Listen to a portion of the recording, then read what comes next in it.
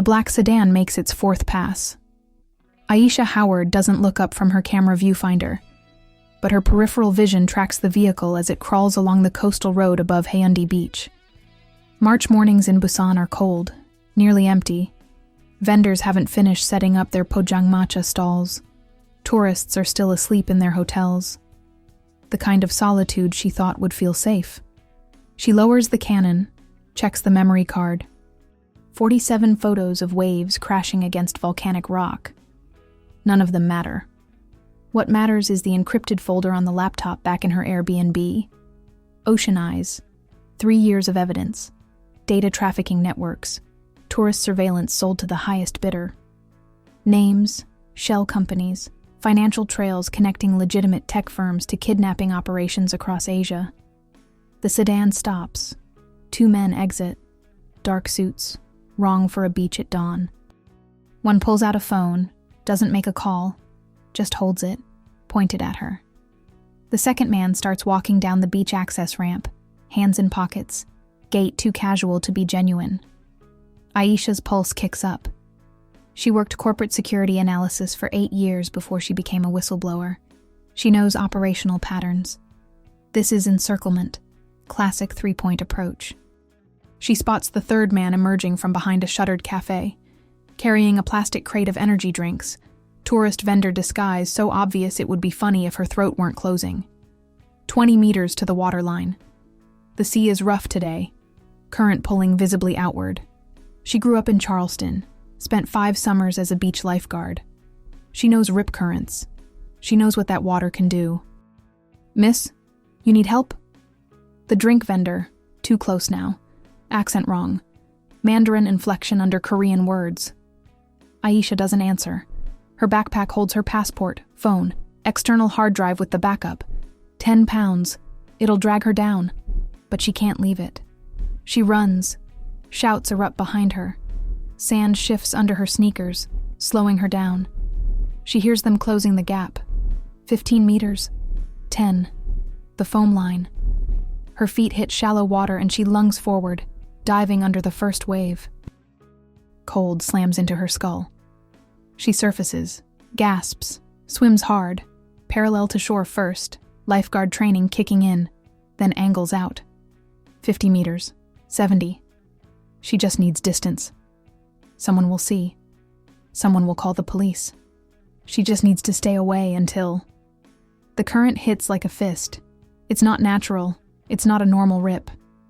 This is oceanic rage, a lateral pull so violent it spins her sideways. She tries the technique. Swim parallel. Don't fight it.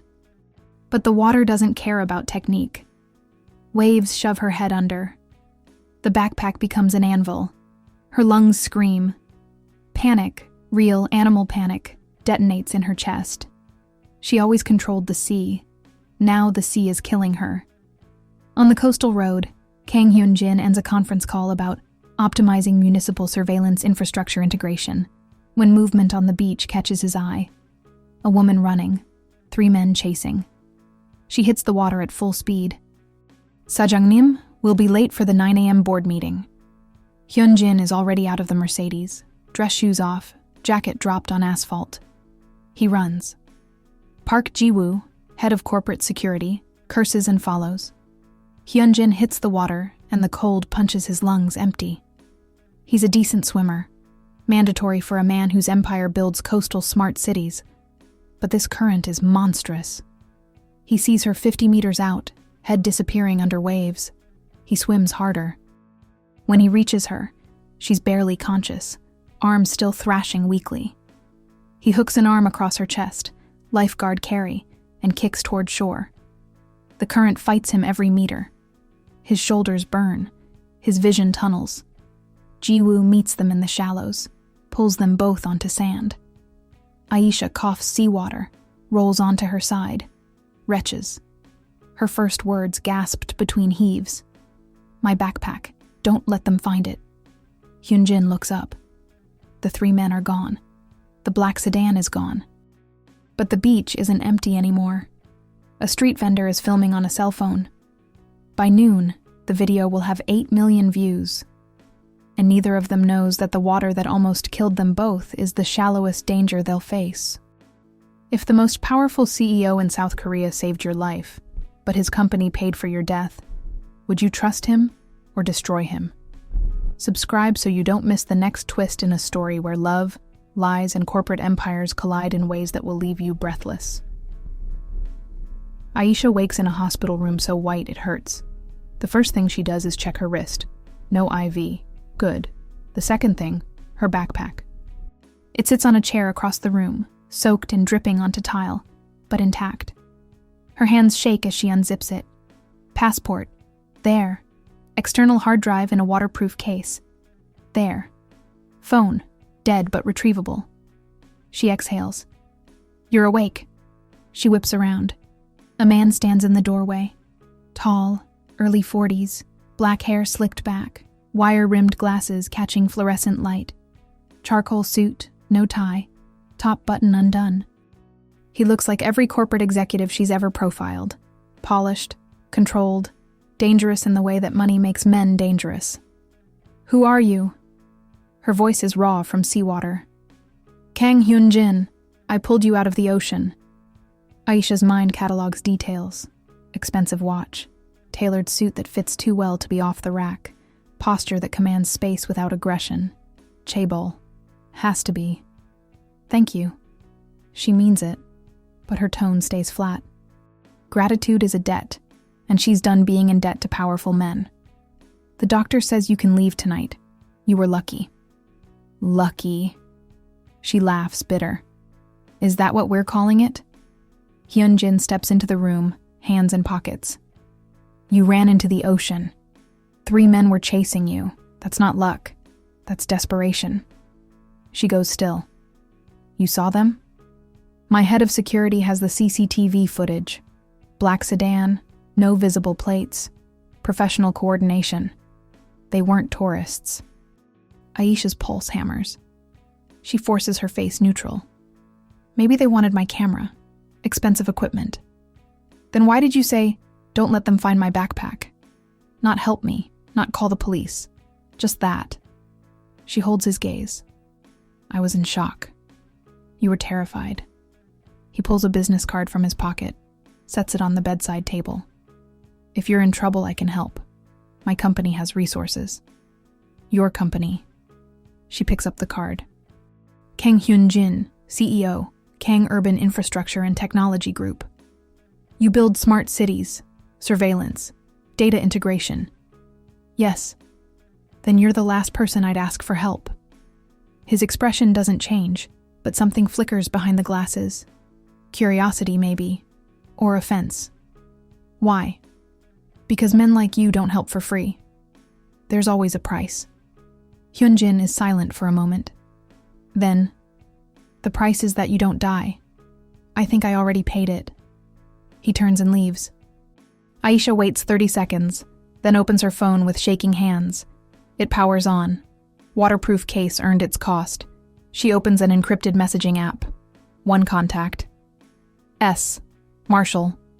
Her best friend in Philadelphia, the only person who knows about Ocean Eyes. Aisha. They found me. I'm okay, but it's worse than we thought. The reply comes in seconds. S. Marshall. Get out of Korea. Now. Aisha. Can't. I need to know how they found me, and who's paying them. S. Marshall. Aisha, if they wanted you once, they'll try again. She knows. God, she knows. But running didn't save her in the water. Maybe it won't save her on land either. A nurse enters with discharge papers. Aisha signs quickly, her mind already calculating. She needs to move the backup files to a cloud server. She needs to change locations. She needs to figure out if Kang Hyun-jin is an asset or a threat. The nurse hands her a plastic bag. Your belongings. Your clothes were too damaged, so we provided hospital scrubs for you to wear home. Thank you. Also, the gentleman who brought you in, he paid your hospital bill. Everything is settled. Aisha's jaw tightens. Another debt. Another link in a chain she didn't ask for. She dresses quickly, checks the backpack one more time. The hard drive is intact, but water has seeped through one corner. She'll need to transfer the data tonight, before any corruption spreads. When she steps into the hallway, Park Ji-woo is waiting. He's younger than Hyun-jin, military bearing, the kind of stillness that speaks of violence held in check. Ms. Howard, I'm Park Ji-woo, head of security for Kang Group. May I offer you a ride? I can take a taxi. The men who chased you are still out there. A taxi won't protect you. And you will? That's my job. I didn't hire you. No, but Seo Jung-nim did. Aisha wants to refuse. Every instinct screams that accepting help from a surveillance company CEO is walking into a trap. But she's exhausted. Her ribs ache from the current's violence, and she needs to get somewhere secure before she collapses. Fine, but just to my Airbnb. Of course. The Mercedes is parked in a loading zone, black and sleek. Ji-woo opens the rear door. Aisha slides in, clutching her backpack. As they drive through Busan's morning traffic, Ji-woo watches her in the rearview mirror. Miss Howard, may I ask you something? You can ask. I might not answer. Why did you choose the ocean? You could have run into a store, flagged down a car, screamed for help. Because none of those things would have stopped them. They were professionals. They would have followed me inside, claimed to be friends or family, and no one would have questioned it. In the water, I had a chance. You almost died. Almost isn't the same as did. Ji-woo is quiet for a moment. Then, you're not a normal tourist. No, I'm not. Whatever you're involved in, it's dangerous enough that someone sent a team after you. Seo Jung-nim wants to help, but he can't if you won't talk to us. I don't know you. I don't know him. Why would I trust you? Because we just saved your life. That doesn't mean you're safe. It just means you were useful once. Ji-woo's expression doesn't change, but she sees his hands tighten slightly on the steering wheel. They reach her building. Aisha gets out without another word. As she climbs the 5 flights of stairs, she feels the weight of the backpack, the evidence that's cost her everything. And she wonders how long she has before the men in the black sedan come back. By evening, the video is everywhere. Hero CEO saves drowning tourist in Busan. Heartwarming rescue goes viral. The footage is shaky but clear. Hyun-jin sprinting into the waves, dragging an unconscious black woman onto the beach, kneeling beside her as she coughs water. The comments explode. He didn't even hesitate. This is what real leadership looks like. She's so lucky he was there. Jong Soo-ah, Hyun-jin's executive assistant, stands in his office watching him watch the video on mute. She's 29, sharp as a knife, and the only person in the building who's allowed to tell him the truth. Seo Jung-nim, the PR team wants to do a press conference. They're calling it a brand-building opportunity. No. The board will push for it. Then they can push. Hyun-jin closes the laptop. Where's Ji-woo? Running the CCTV analysis. As if summoned, Park Ji-woo enters without knocking. He's 35, ex-military intelligence, built like someone who still trains for combat. He drops a tablet on Hyun-jin's desk. 3 men, black sedan. They waited at 4 different locations over 2 days. Cafe near her Airbnb, co-working space in Seomyeon, Gwangali Beach, and Haeundae this morning. They were tracking her. Professionally. No digital fingerprint we can trace, but look at this. Ji-woo taps the screen. Freeze frame. One of the men holding a phone, pointed directly at Aisha. Facial recognition software. They confirmed her identity before moving. Hyun-jin's jaw tightens. Who is she? Aisha Howard, 38. Former data security analyst for a consulting firm in Washington, D.C. Left the job 3 years ago under circumstances the firm won't discuss. No criminal record. Entered Korea 2 weeks ago on a tourist visa. And someone wants her badly enough to risk kidnapping on a public beach. Which means whatever she has is worth the exposure. Hyun-jin stares at the frozen image of Aisha, soaked and gasping on the sand. Find out what she's carrying, legally. Ji-woo hesitates. Sajangnim, with respect, if we dig into her background, we become part of the problem. Then we ask her directly. And if she says no, then we protect her anyway. Jiwoo nods slowly. The board won't like this. The board, Hyunjin says quietly, can bill me for the lost meeting. Sua clears her throat. Sajangnim, there's something else. The video has 8 million views. News outlets are requesting interviews. They're calling you a hero. I'm not a hero. I did what anyone should have done. But you're a CEO. That makes it a story. She pauses. There's also speculation. What kind? About her. Why she was alone on a beach at dawn. Why she ran into the water. Some comments are suggesting she staged it for attention. Hyunjin's eyes go cold. Show me. Sua pulls up her phone, scrolls through comments. Foreign women always cause drama. Probably wants money from him. Why was she even in Korea? The racism is casual, vicious, constant. Delete them, Hyunjin says. Sajangnim, we don't control the platform. Then issue a statement. Make it clear that Ms. Howard is a victim, not an opportunist, and that anyone spreading false narratives will face legal action. Sua blinks. That's aggressive. She nearly died. I won't let the internet finish what the ocean started. Understood. Sua makes notes. I'll draft something for your approval. After she leaves, Jiwoo speaks quietly. You're protecting her. Yes. Why? Because it's the right thing to do. Sajangnim, you've never done this before. Every other crisis you've delegated, but this time you're personally involved. Is that a problem? It is, if you're compromised. Hyunjin looks at him sharply. Compromised how? Emotionally. You pulled her out of the water. That creates a connection. And connections create blind spots. I'm not blind. I'm aware. Aware of what? That she's in danger, that someone tried to kill her, and that if I do nothing, they'll succeed next time. Jiwoo holds his gaze, then nods. I'll increase surveillance near her building, discreetly. Good.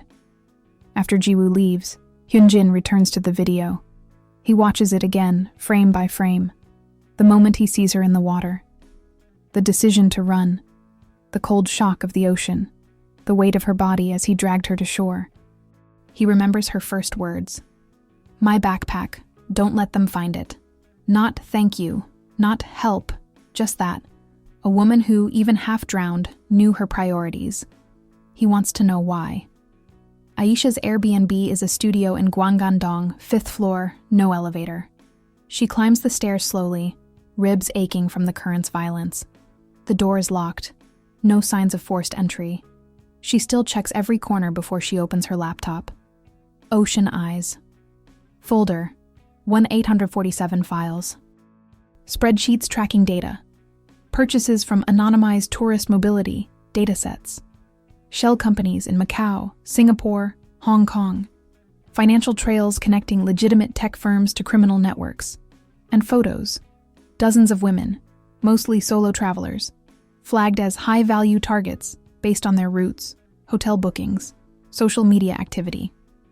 Aisha had stumbled onto the network 3 years ago while auditing a client's data privacy compliance. She'd found irregularities. When she reported them, she was told to drop it. When she didn't, she was fired. When she kept investigating on her own, her apartment was broken into. Her car was vandalized. A man followed her to a grocery store and told her calmly that accidents happen to curious people.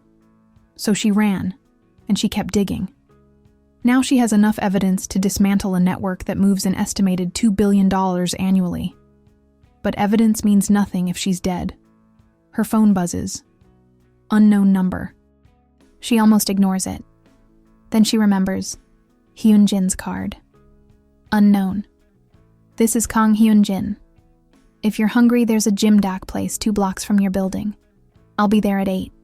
You don't have to come, but I think we should talk. Aisha stares at the message. Every instinct says no. He's a CEO of a surveillance company. He's exactly the kind of man whose empire could be implicated in Ocean Eyes. But he also saved her life. And if she's going to survive long enough to expose this network, she needs allies. She texts back. How do you know where I live? Hyunjin. You're in Korea on a tourist visa. Your address is on the immigration form. I didn't hack you. I just asked the right person. Aisha. That's not reassuring. Hyunjin. I know. Come anyway. Aisha stares at her reflection in the laptop screen. She looks like hell. Hair still damp from the ocean, eyes red-rimmed from salt and exhaustion, bruises forming on her arms from where the current slammed her against rocks. She should rest. She should transfer the files. She should disappear. Instead, she changes into clean clothes and goes to meet him. The Jimdak restaurant is small, packed with locals, steam rising from stone pots. Hyunjin sits in a corner booth, back to the wall. When Aisha enters, every head turns. She's used to it. Being 6 feet tall and black in a Korean neighborhood makes her a spectacle. She's learned to ignore the stares. Hyunjin stands. You came. I'm hungry.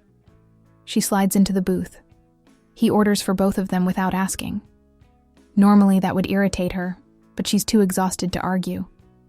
When the food arrives, braised chicken swimming in soy garlic sauce, glass noodles, vegetables, her stomach growls audibly.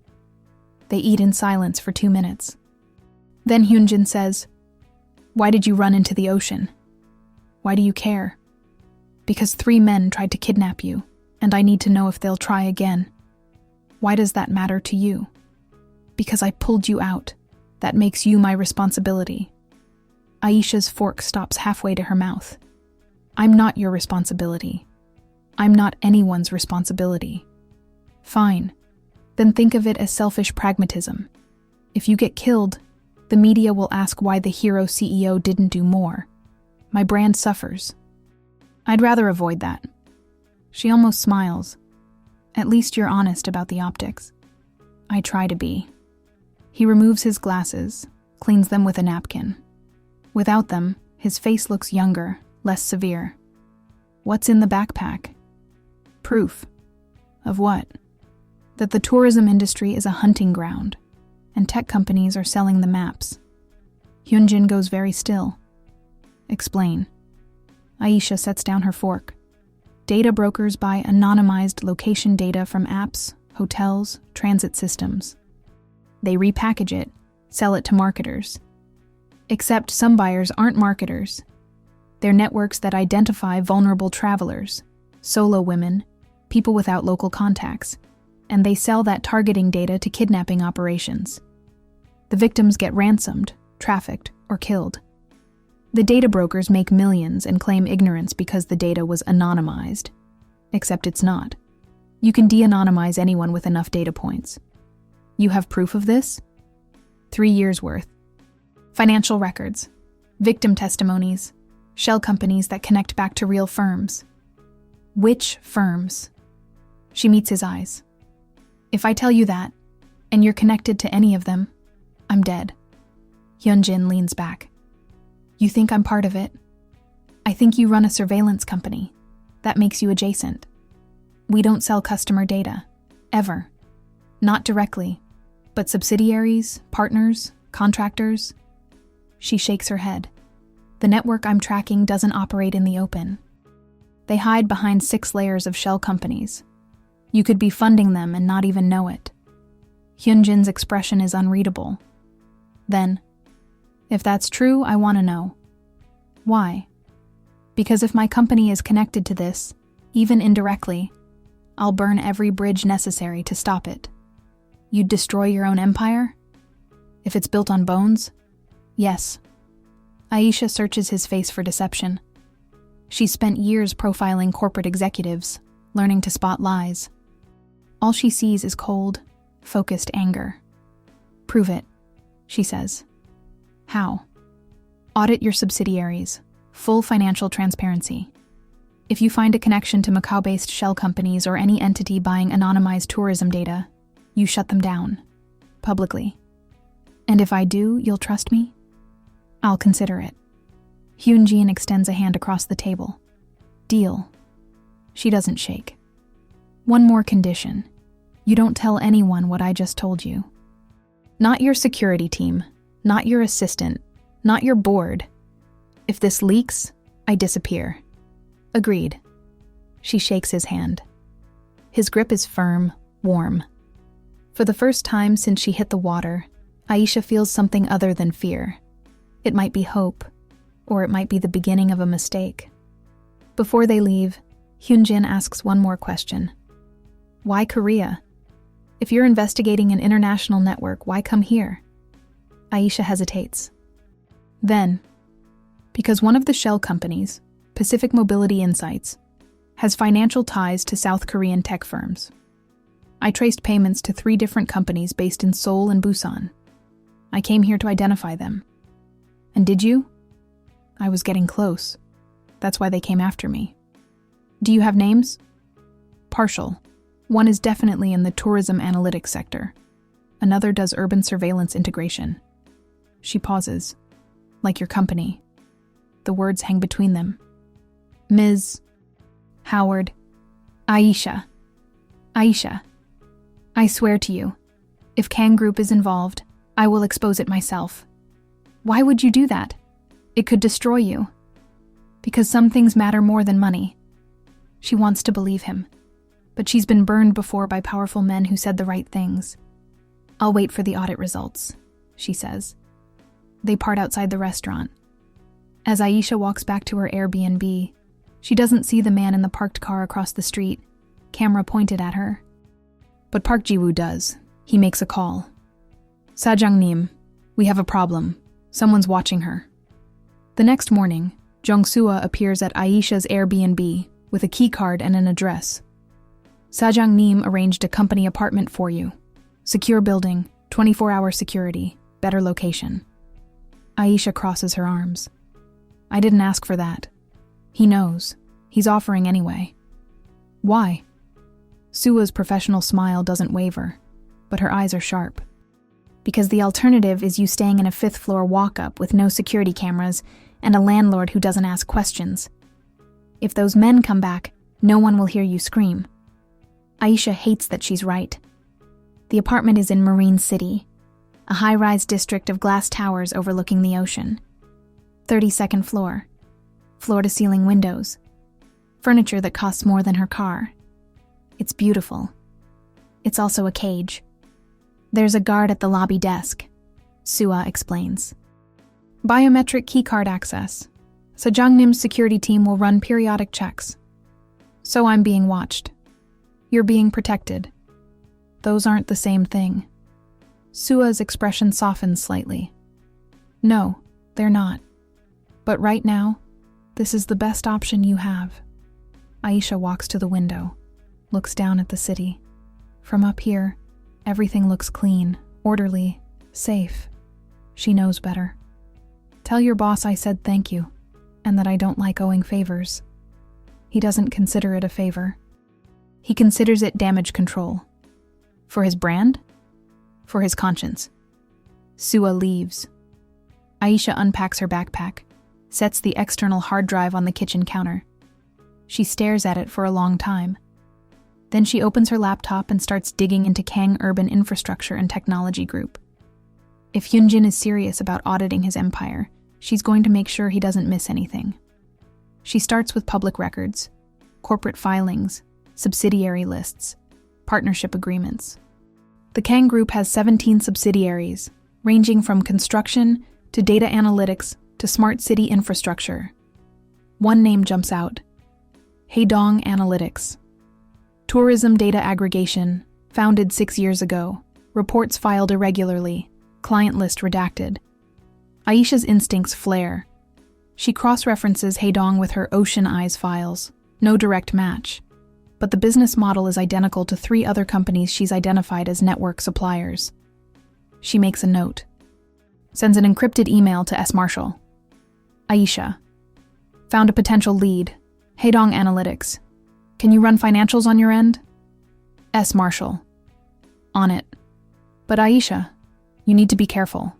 If you're right about Kang's company, Telling him could get you killed. Aisha. I know, but I don't have a choice. She spends the rest of the day building a dossier. By evening, she has enough circumstantial evidence to justify suspicion. But circumstantial isn't proof. She needs access to Haidong's internal records. And there's only one person who can give her that. She texts Hyunjin. We need to talk. In person. Tonight. Dr. Lee Min-seo has been the Director of Compliance and Audit for the Kang Group for 11 years.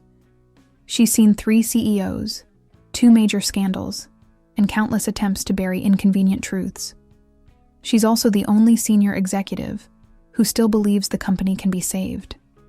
When Hyunjin summons her to his office at 7 a.m., she brings coffee and a tablet loaded with 6 months of subsidiary reports. Sajangnim, I assume this is about the rescue. Indirectly. He gestures to a chair.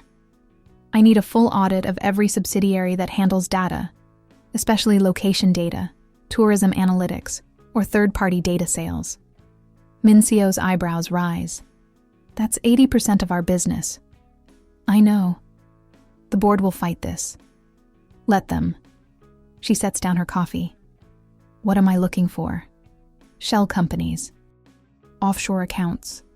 Any entity buying or selling anonymized data that could be used to track individuals. Sajangnim, that's the entire industry. Everyone does it. Then we'll be the first to stop.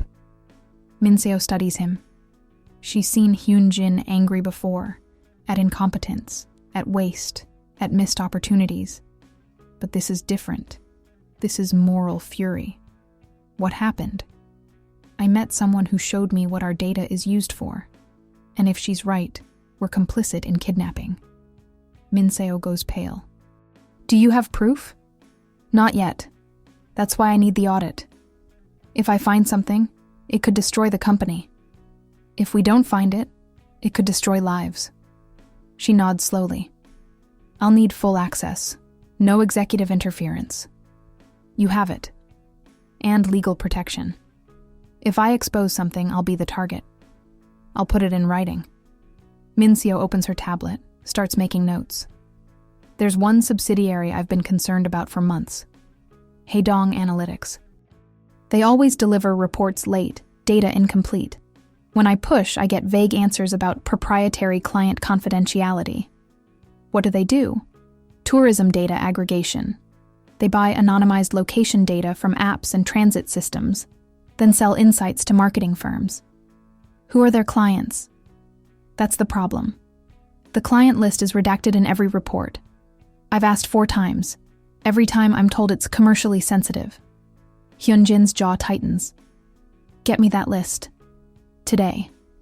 Sajangnim, if Haidong is involved in something illegal, the executives will delete everything the moment they know we're looking.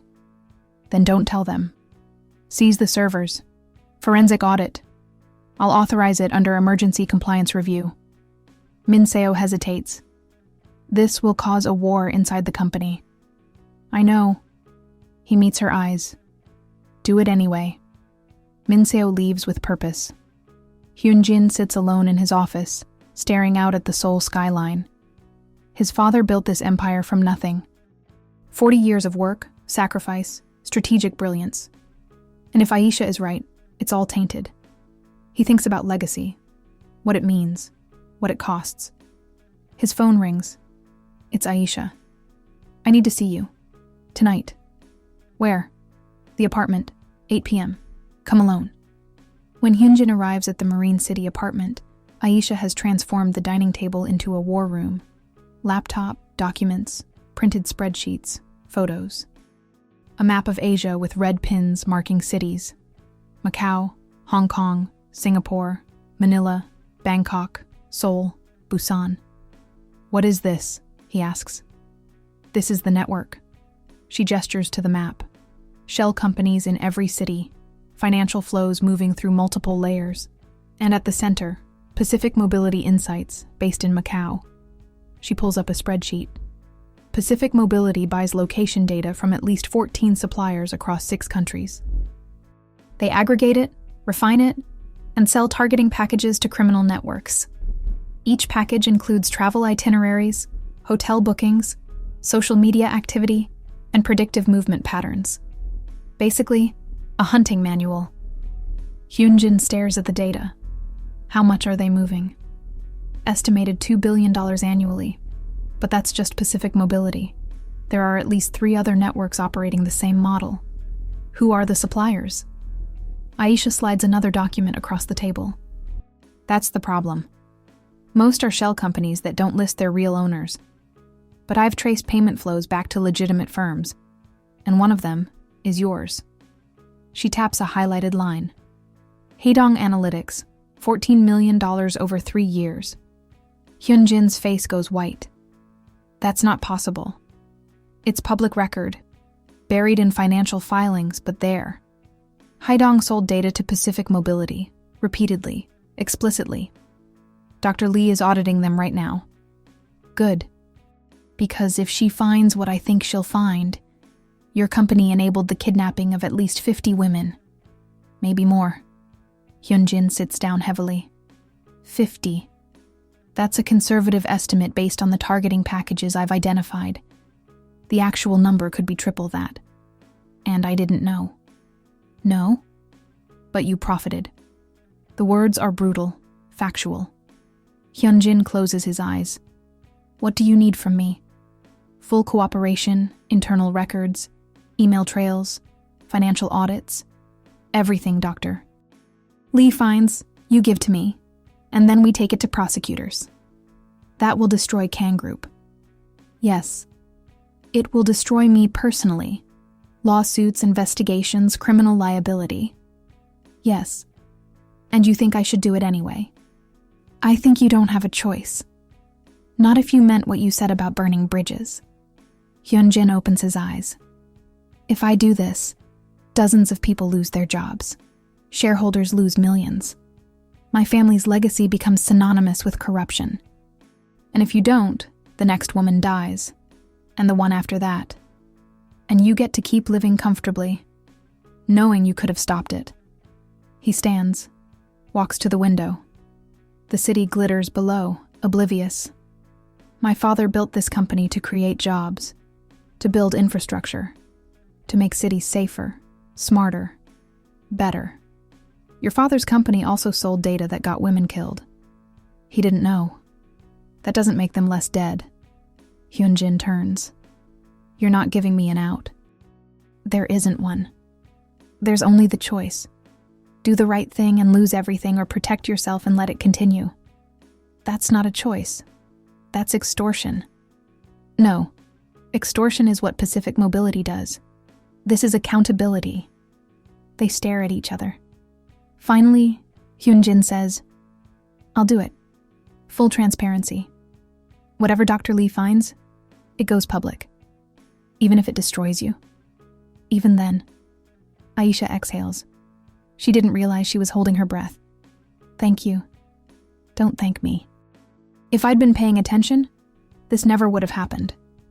You can't audit what you don't know exists. I should have known. That's the point of being CEO. Aisha's expression softens slightly. You're not the villain here. You're just complicit. There's a difference. Is there? Yes. Villains don't care. You do. Caring doesn't bring back the dead. No. But it might save the living. Hyunjin's phone buzzes. Text from Dr. Lee Min-seo. We need to talk. Immediately. I found something. Dr. Lee Min-seo arrives at the apartment 30 minutes later, carrying a leather briefcase and an expression that makes Aisha's stomach drop. Hyunjin introduces them. Dr. Lee, this is Aisha Howard. She's the one who brought the network to my attention. Min-seo shakes her hand. Ms. Howard, your work is extraordinary and terrifying. Thank you, I think. Min-seo sets the briefcase on the table, opens it. Inside, USB drives, printed contracts, highlighted financial statements. I've been auditing Haedong Analytics for 72 hours straight. What I found is worse than we thought. She spreads documents across the table. Haedong didn't just sell data to Pacific Mobility. They customized targeting packages based on explicit requests.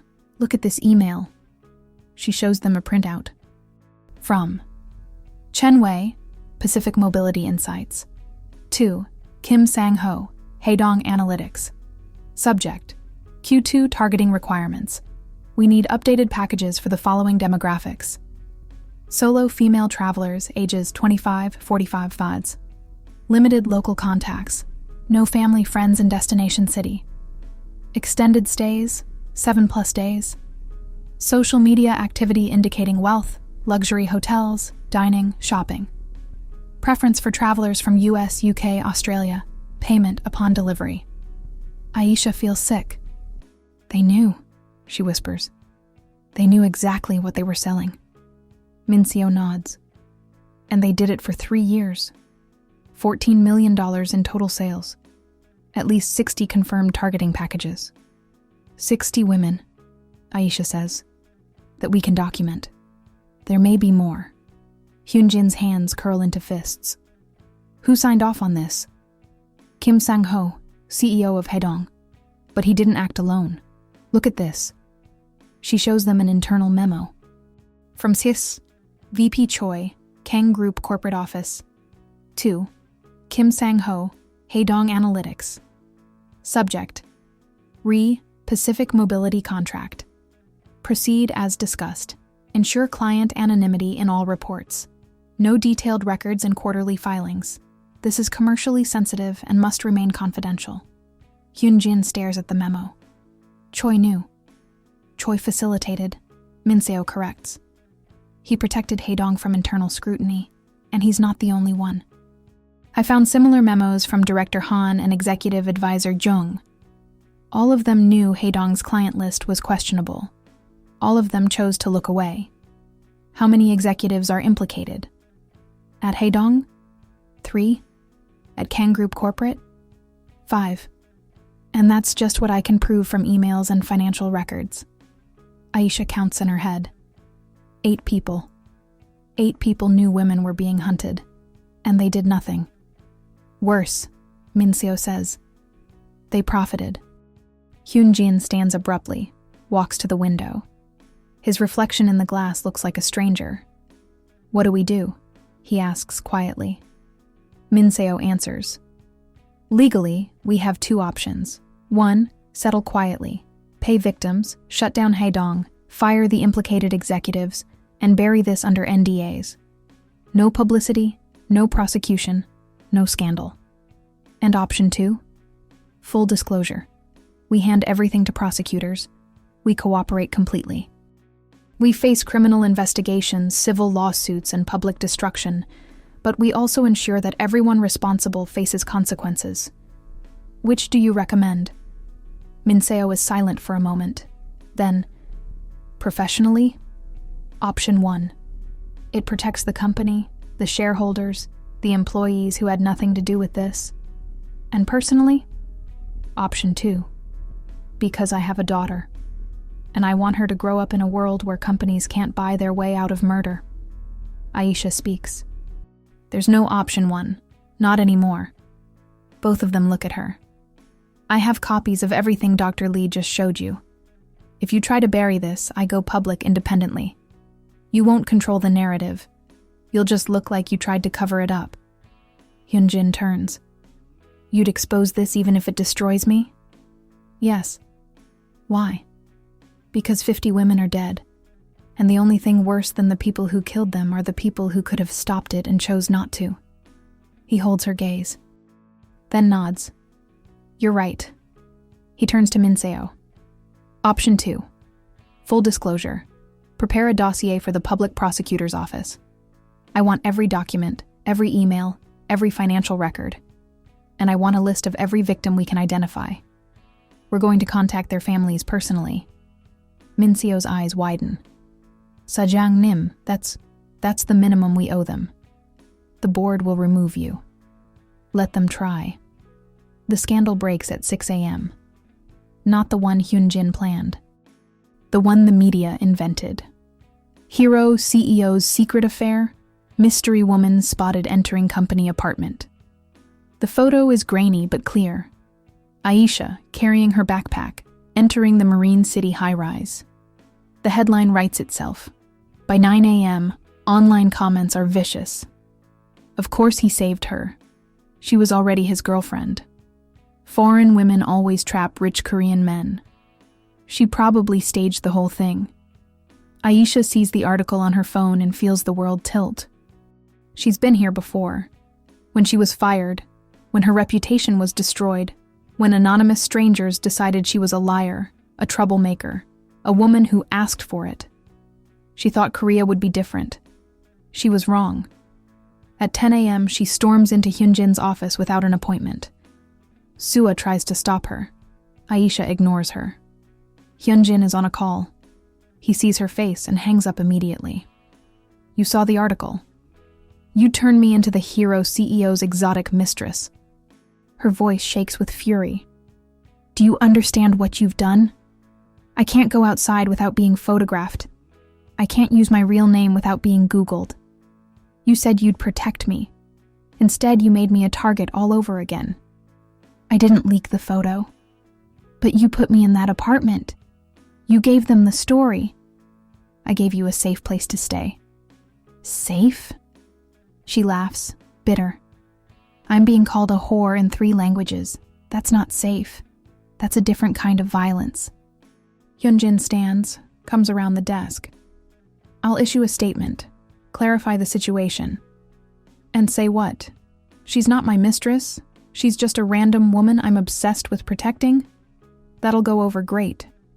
Then tell me what you want me to do. I want you to understand that this is why I don't trust powerful men. Because even when you think you're helping, you're crushing me. Hyunjin is silent. Then, you're right. Aisha blinks. What? You're right. I didn't think about how it would look. I thought about logistics, security, optics for the company. I didn't think about what it would cost you. I'm sorry.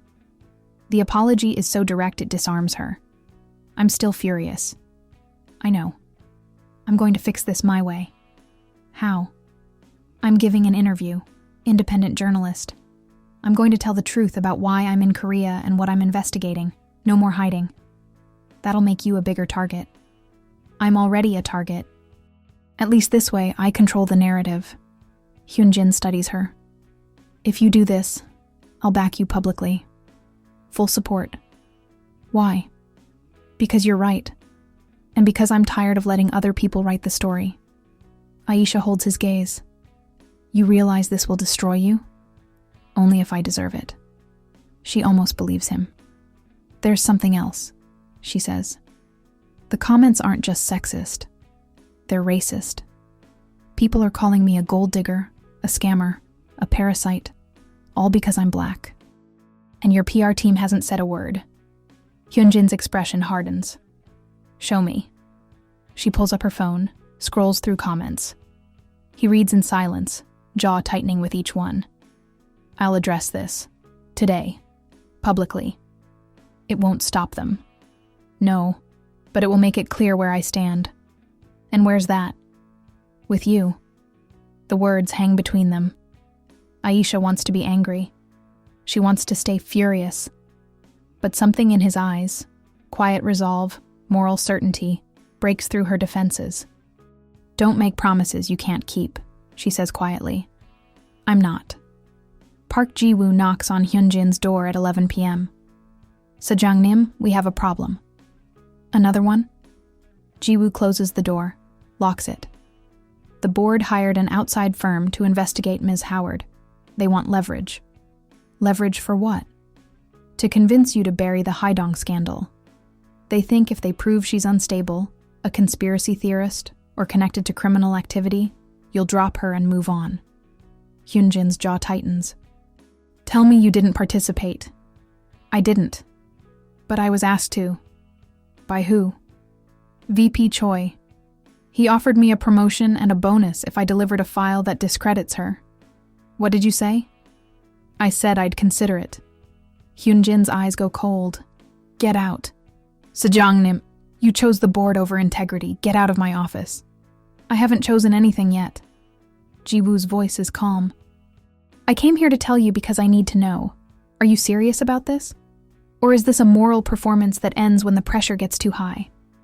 What does that mean? It means I've worked for 3 CEOs. All of them talked about ethics until it cost money. If you're like them, tell me now. I'll take the promotion and sleep fine. And if I'm not, then I'll help you burn this thing to the ground. But I need to know you won't fold. Hyunjin stands. I'm not folding. Even if it costs you the company? Even then. Jiwoo nods slowly. Then I'm with you. And I'll tell you something else. Choi isn't working alone. He's got half the board, and at least 2 subsidiary CEOs ready to force a vote to remove you. They're moving fast. How fast? 48 hours. Then we move faster. Jiwoo pulls out his phone, shows Hyunjin a photo. It's a document, a contract between the board members and a crisis management firm. They're planning a coordinated attack. Leaked stories to the press, anonymous tips to regulators, shareholder lawsuits. They want to overwhelm you so fast you can't respond. Why are you showing me this? Because I worked military intelligence for 12 years. I know what insurgency looks like, and I know how to counter it. What do you propose? We strike first. Before they vote, we announce the full audit results. We hold a press conference. We hand everything to prosecutors. We take away their leverage by making the truth public before they can spin it. Hyunjin considers. That's scorched earth. Yes. The company might not survive. The company as it exists now shouldn't survive. Hyunjin looks at Jiwoo, really looks at him. He sees a man who spent a career following orders, now choosing to disobey them. Why are you doing this? Jiwoo's expression doesn't change. Because I have a sister. She traveled to Thailand alone 3 years ago. She came home safe. But I saw her name on Dr. Lee's list. Someone sold her data to Pacific Mobility. They tracked her for 5 days. She didn't know. I didn't know. She got lucky. I'm sorry. Don't be sorry. Be effective. Jiwoo straightens. So, do we strike first, or do we wait for them to destroy you? We strike first. Good. I'll coordinate with Dr. Lee. We'll need Ms. Howard's testimony. She'll do it. And you're prepared for what comes next? No, but I'll do it anyway. Jiwoo allows himself a small smile. Then let's go to war. Aisha spends the night reading comments. She knows she shouldn't. Every therapist she's ever seen told her the same thing. Don't engage with anonymous cruelty. But she can't stop. She's probably illegal. Why do black women always play the victim? I bet she planned the whole thing for a visa. Foreign women are all the same, looking for a rich Korean husband. She should go back to her country. Each comment is a small cut, 1,000 cuts. She thinks about her mother who told her, "Baby, the world will try to make you small. Don't let it." She thinks about the women in Ocean Eyes, the ones who didn't make it out, the ones whose families still don't know what happened. She opens her laptop, records a video message. My name is Aisha Howard. I'm a data security analyst, and I'm in South Korea investigating a criminal network that profits from the surveillance and kidnapping of travelers. 3 days ago, I was chased into the ocean by men working for that network. I nearly drowned. A man named Kang Hyun-jin saved my life.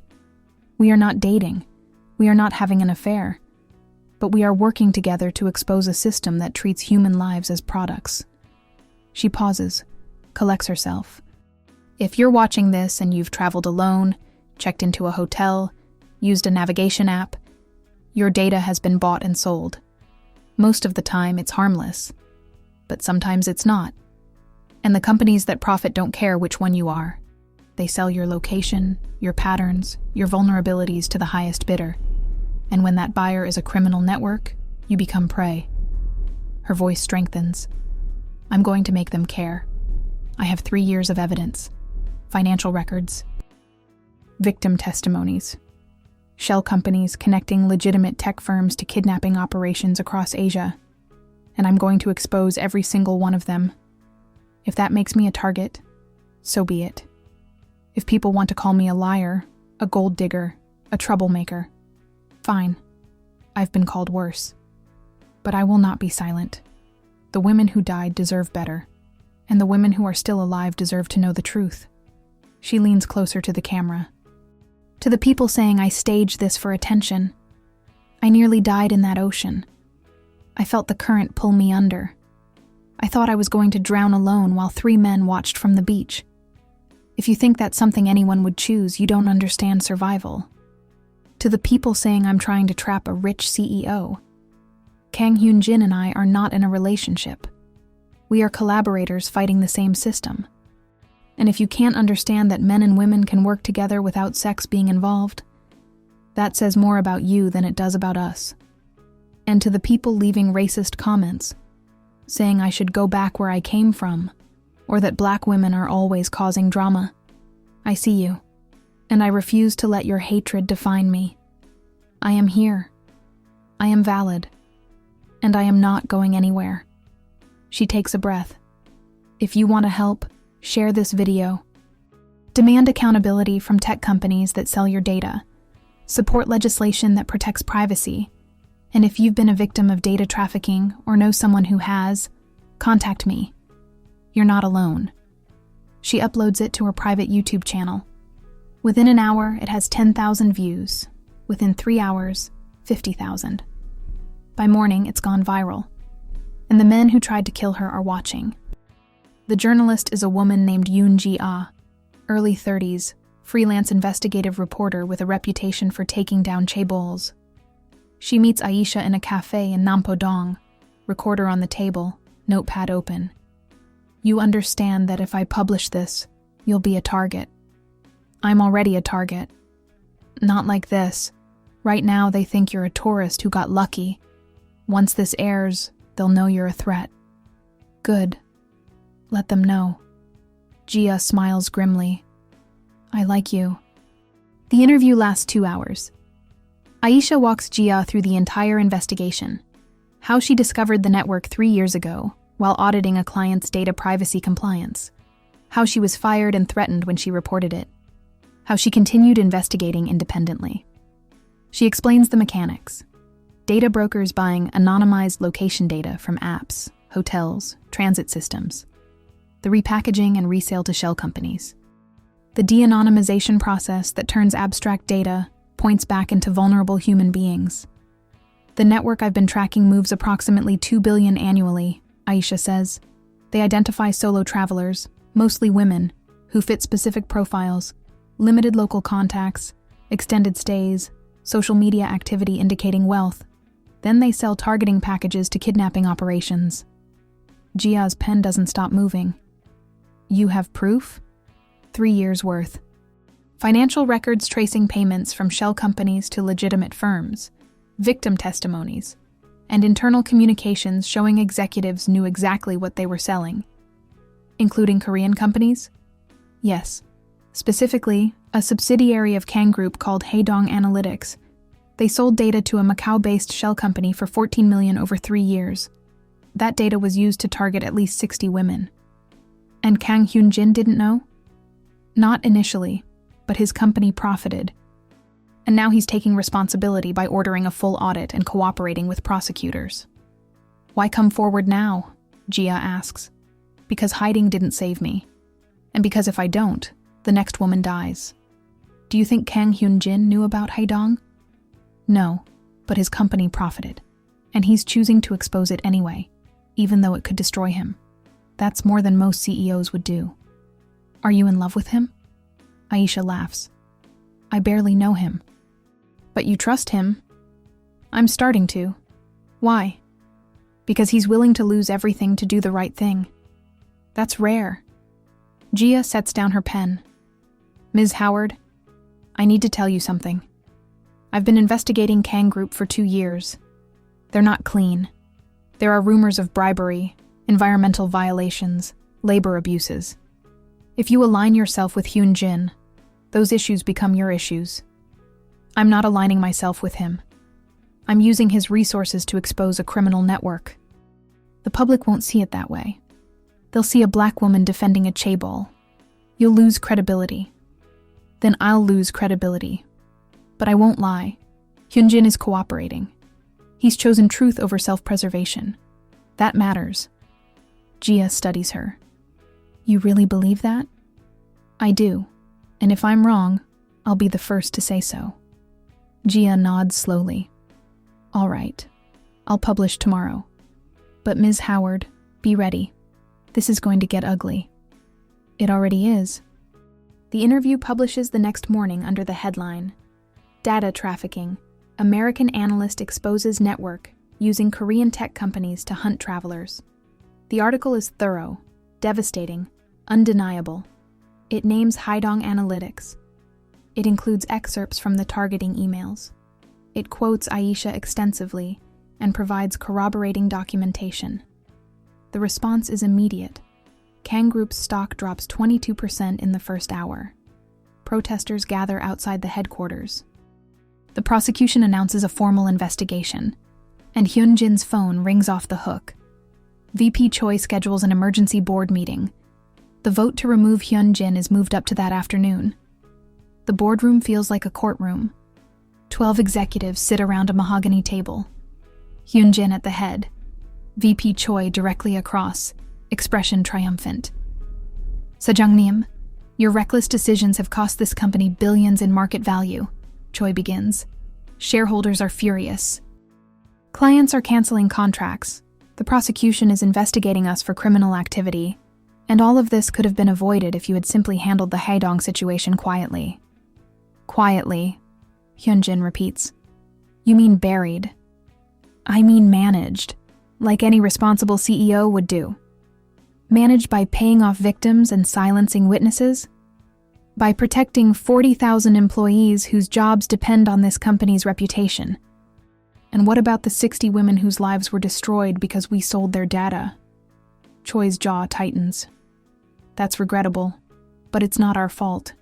Haidong operated independently. We had no knowledge of their client activities.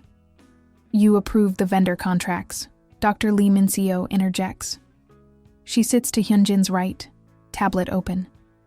I have emails showing you personally authorized Haidong to redact client names from quarterly reports. You knew something was wrong and chose not to investigate. That's a mischaracterization. It's documentation. Min-seo projects an email onto the screen. From VP Choi. To Kim Sang-ho, Haidong Analytics. Subject. Re-Q3 reporting. Proceed with redacted client list as discussed. Corporate office doesn't need visibility into commercial relationships. Maintain confidentiality. The room goes silent. Director Kim speaks. VP Choi, is this email authentic? It's out of context. Is it authentic? Choi's face reddens. Yes, but I was protecting proprietary business information, not covering up criminal activity. You were protecting yourself, Hyunjin says quietly. Because if corporate office knew who Haidong was selling to, someone would have asked questions. And questions would have exposed the network. And that would have cost you personally, because you own 3% of Haidong through a private investment vehicle. Every head turns to Choi. That's a lie, he says. Min-seo projects another document. Corporate registry filing. Ocean Star Investments LLC, registered to your wife's maiden name, owns 3% of Haidong Analytics. You've received approximately $420,000 in dividends over 3 years. Choi stands abruptly. This is a witch hunt. This is an audit, Hyunjin says. And you're implicated in criminal activity. As of this moment, you're suspended pending investigation. You can't suspend me. The board has to vote. Actually, I can. Emergency authority under the corporate charter, Section 14C. Security? Park Ji-woo enters with 2 security officers. VP Choi, please surrender your access cards and leave the building. You'll be contacted by legal counsel. Choi looks around the table. This is illegal. I'll sue. Sue away, Hyunjin says. But you're leaving now. Ji-woo escorts him out. The remaining executives sit in shocked silence. Finally, Director Kim speaks. Sejongnim, what you just did was extraordinarily risky. If the court rules you overstepped your authority, then I'll face consequences. But I won't sit here and pretend that man is a victim. He profited from trafficking. He knew, and he tried to bury it. "What about the rest of us?" another executive asks. "The investigation will implicate the entire leadership team. Only if you're complicit. Dr. Lee's audit is comprehensive. If you knew about Haedong's activities and did nothing, you'll be held accountable. If you didn't know, you're safe. How can we prove we didn't know? Email records, meeting notes, decision trails. The audit will show who had knowledge and who didn't." Director Kim leans forward. "Sajangnim, you're asking us to trust you with our careers." "No. I'm asking you to trust the process. Transparency protects the innocent and exposes the guilty. If you have nothing to hide, you have nothing to fear. And if the company collapses, then we rebuild. But we rebuild on ethics, not corruption." The vote is called. 6 in favor of keeping Hyunjin, 4 against, 1 abstention. He survives. Barely. But the war isn't over. That night, Hyunjin receives a letter delivered by courier. It's from the remaining executives who voted against him, along with 3 major shareholders. The ultimatum is clear: resign within 72 hours or face a shareholder lawsuit for reckless management endangering company value and fiduciary duty violations. The lawsuit is backed by $600 million in share value. If it proceeds, Hyunjin will be personally liable for damages. He forwards the letter to Dr. Lee Min-seo and Park Ji-woo. Min-seo: "This is retaliation. We can fight it." Ji-woo: "Fighting takes time. What happens to the investigation while we're in court?" Hyunjin: "Exactly. They want to delay long enough for the scandal to fade." He calls Aisha. "They're trying to force me out. I saw. It's all over the news. If I resign, the investigation stalls. If I fight, it could take years. So don't do either. What's the third option? Go nuclear. Call a press conference. Announce that you're handing everything to prosecutors immediately. Not after the lawsuit, not after negotiations. Right now. Take away their leverage by making the truth public before they can control it. That's scorched earth. Yes. The company might not survive. The company as it exists doesn't deserve to survive." Hyunjin is quiet for a moment. "You sound like Ji-woo." "He's smart." "He is." He pauses. "Aisha, if I do this, I'll have nothing left. No company, no reputation, no legacy. You'll have integrity. That counts for something." "Does it?" "It's the only thing that counts." He closes his eyes. "I'll do it. Tomorrow morning, press conference at 10 a.m. I'll be there." "You don't have to." "I know, but I want to." After they hang up, Hyunjin sits alone in his apartment, staring at the city lights. He thinks about his father, the man who built an empire from nothing, who worked 16-hour days for 40 years, who taught Hyunjin that success meant protecting what you built. But his father also taught him something else: that a man's worth isn't measured by what he accumulates, but by what he's willing to sacrifice for principle. Hyunjin had forgotten that. Until now. He drafts a statement, deletes it, drafts another. By 3 a.m., he has something he can live with. It starts with 3 words: "I take responsibility." The press conference is scheduled for 10 a.m. By 9:30, the lobby of Kang Group headquarters is packed with reporters, cameras, protesters. Hyunjin walks to the podium alone. No PR team, no lawyers, just him and a folder of documents. Aisha watches from the back of the room, arms crossed. He begins. "Good morning. My name is Kang Hyunjin, and I am the CEO of Kang Urban Infrastructure and Technology Group. I'm here to announce that, effective immediately, I am handing over comprehensive evidence of criminal activity within our subsidiary, Haedong Analytics, to the Public Prosecutor's Office." Cameras flash. For 3 years, Haedong Analytics sold location data to a Macau-based shell company that used it to target vulnerable travelers for kidnapping and trafficking. This activity generated $14 million in revenue. Executives at Haedong knew what they were selling. Senior executives at Kang Group Corporate facilitated it by protecting Haedong from internal scrutiny. I did not know. But I should have. And I take full responsibility for that failure. A reporter shouts, "Are you resigning?" No. I'm staying to ensure full accountability. Every implicated executive will be terminated and reported to authorities. Every victim we can identify will be contacted and offered compensation. And Kang Group will undergo a complete restructuring to ensure this never happens again. How much will this cost the company? I don't know, and I don't care. Some things are more important than profit. Another reporter.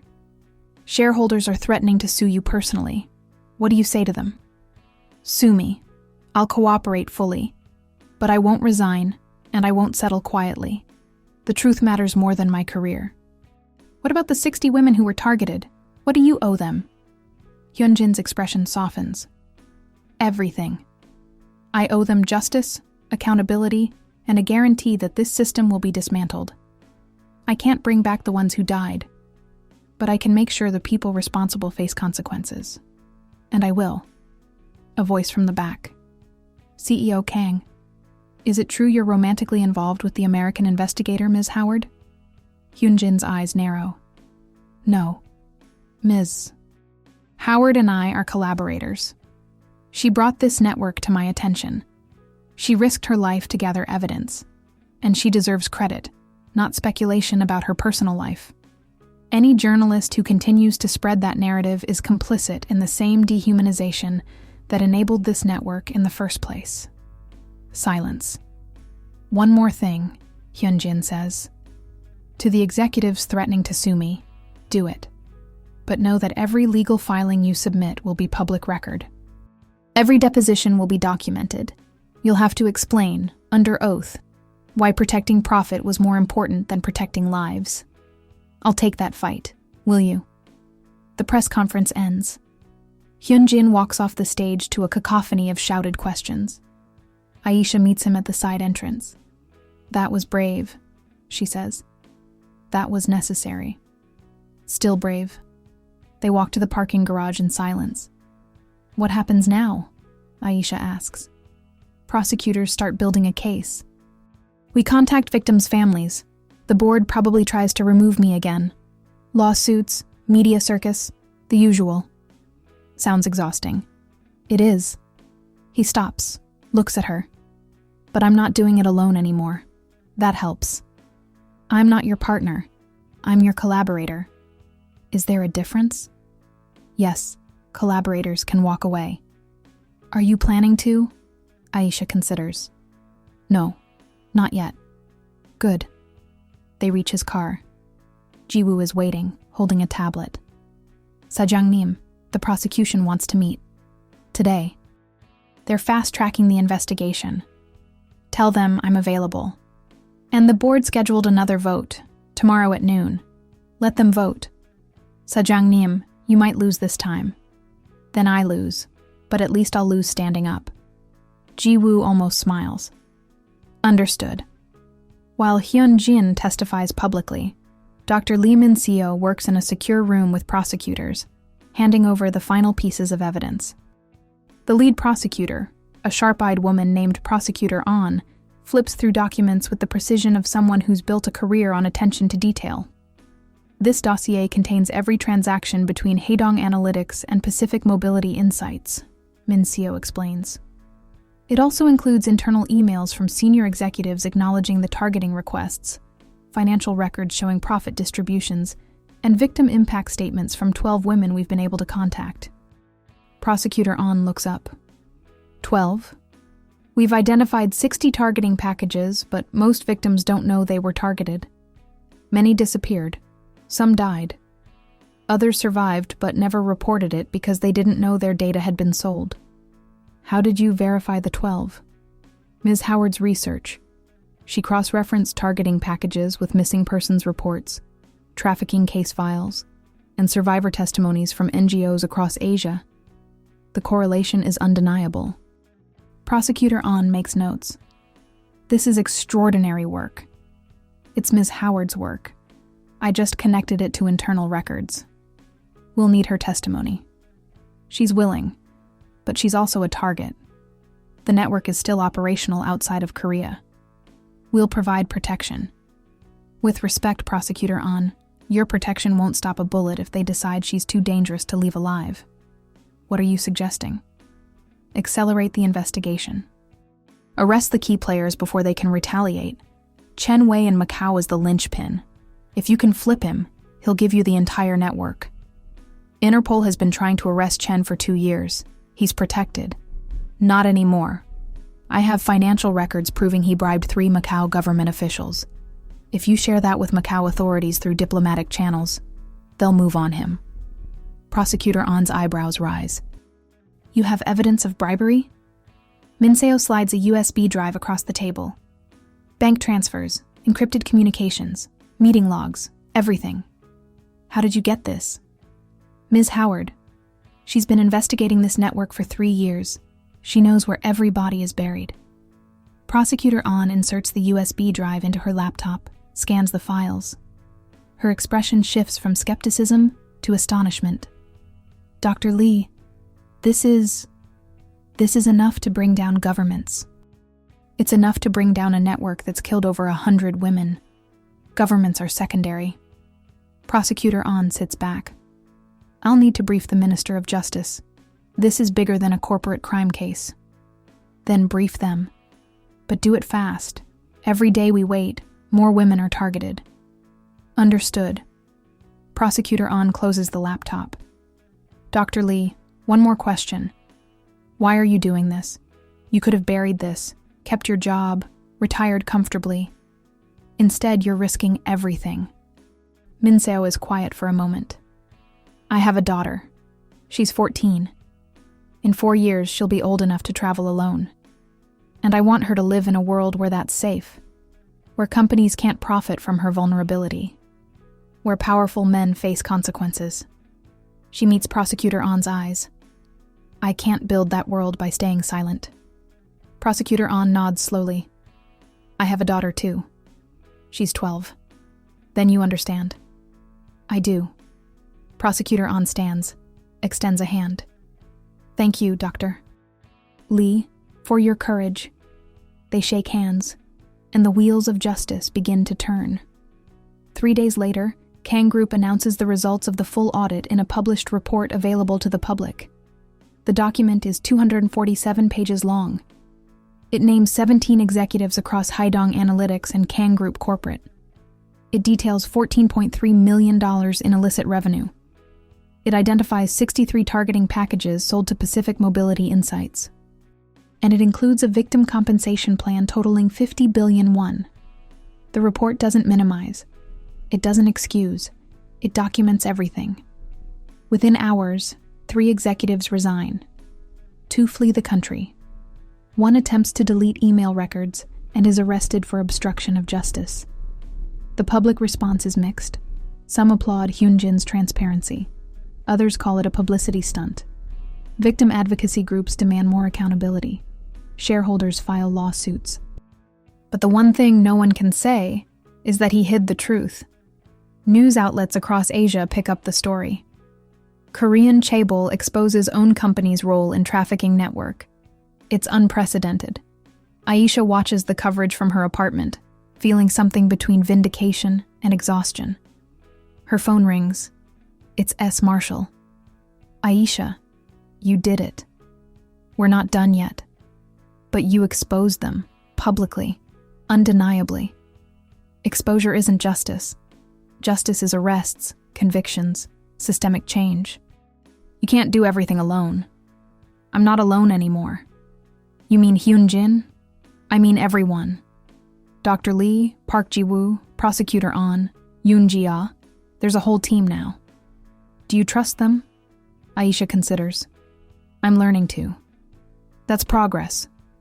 Maybe. Aisha, when are you coming home? I don't know. There's still work to do here. It's been 3 years. You've been running for 3 years. I'm not running anymore. I'm fighting. There's a difference? Yes. Running is reactive. Fighting is a choice. S. Marshall is quiet. Then, I'm proud of you. Aisha's throat tightens. Thanks. But please be careful. These people have already tried to kill you once. I know. I'm being careful. Careful isn't enough. You need to survive this. I will. After they hang up, Aisha looks out at the ocean. The same ocean that almost killed her. The same ocean Hyunjin pulled her from. She thinks about survival. What it means. What it costs. And she realizes that survival isn't the goal anymore. Living is. The second board vote happens at noon. This time, Hyunjin is prepared. He enters the boardroom with Dr. Lee, Park Ji-woo, and a legal team. Aisha waits outside, per his request. He doesn't want her subjected to the board's hostility. The vote is called immediately. Director Kim speaks first. Sajangnim, the audit results are devastating. 17 executives implicated. Stock value down 34%. Client contracts canceled. Lawsuits piling up. The shareholders want your resignation. I know. And you're still refusing? I'm refusing to abandon accountability. If I resign now, the message is that telling the truth costs you everything. I won't send that message. Another executive, Director Young, leans forward. But it does cost everything. That's the reality. You've destroyed this company's reputation for a moral principle. I've exposed corruption. There's a difference. Not to the market. Then the market needs to change. That's naive. Maybe. But naivety with integrity is better than cynicism with complicity. Director Young shakes his head. You're sacrificing 40,000 jobs for 60 women. Dr. Lee Min-seo interrupts. 60 women who were kidnapped, trafficked, or killed. Say their names, Director Young. Admit what you're really arguing for. I'm arguing for pragmatism. You're arguing for silence. You're saying their lives matter less than our profit. And I refuse to accept that. Silence. Director Kim speaks again. Sajangnim, what's your plan? How do we survive this? We rebuild. We focus on ethical contracts. We make transparency a competitive advantage. We become the company that other firms measure themselves against. That's aspirational, not operational. It's both. Dr. Lee has drafted new corporate policies.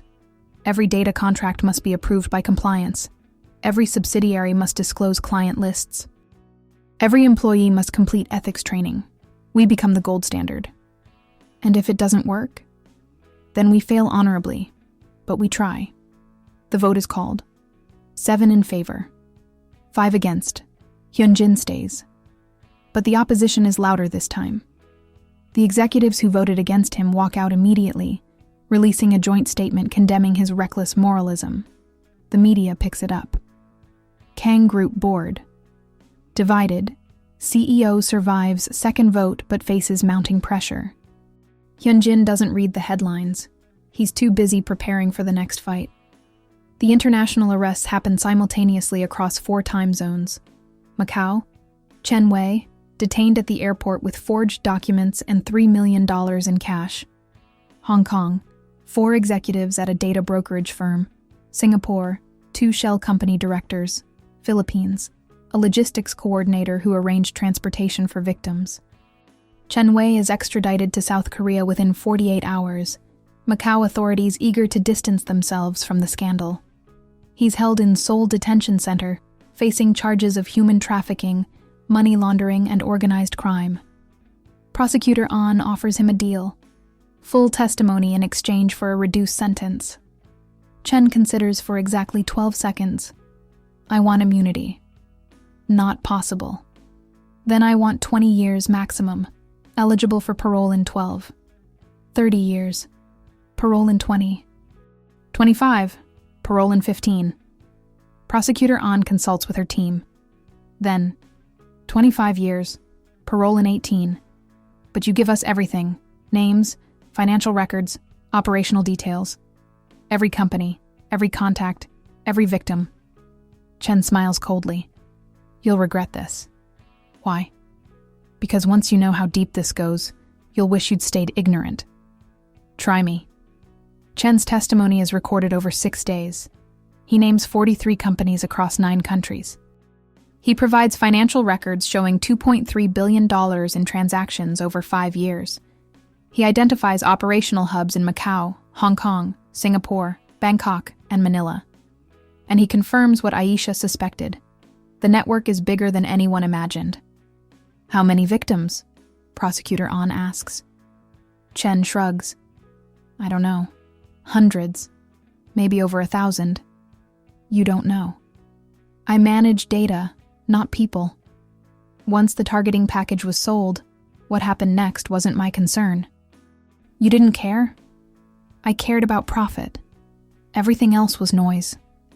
Prosecutor An feels sick, but she keeps questioning. Did you ever meet any of the victims? Once. Bangkok. A woman from Australia. She was in the wrong place, and one of our buyers wanted her. I confirmed her identity via facial recognition, sent the location update, collected payment. What happened to her? I don't know. Not my problem. Did you ever feel guilty? Chen looks genuinely puzzled. Why would I? I didn't kidnap anyone. I just provided information. What people did with it was their choice. You enabled it. I facilitated commerce. There's a difference. Prosecutor An closes her file. No, Mr. Chen, there's not. Chen's testimony leads to coordinated raids across Asia. Seoul, Haedong Analytics offices, servers seized, 4 executives arrested. Macau, Pacific Mobility Insights headquarters, financial records confiscated, 2 directors detained. Hong Kong, 6 data brokers arrested in early morning raids.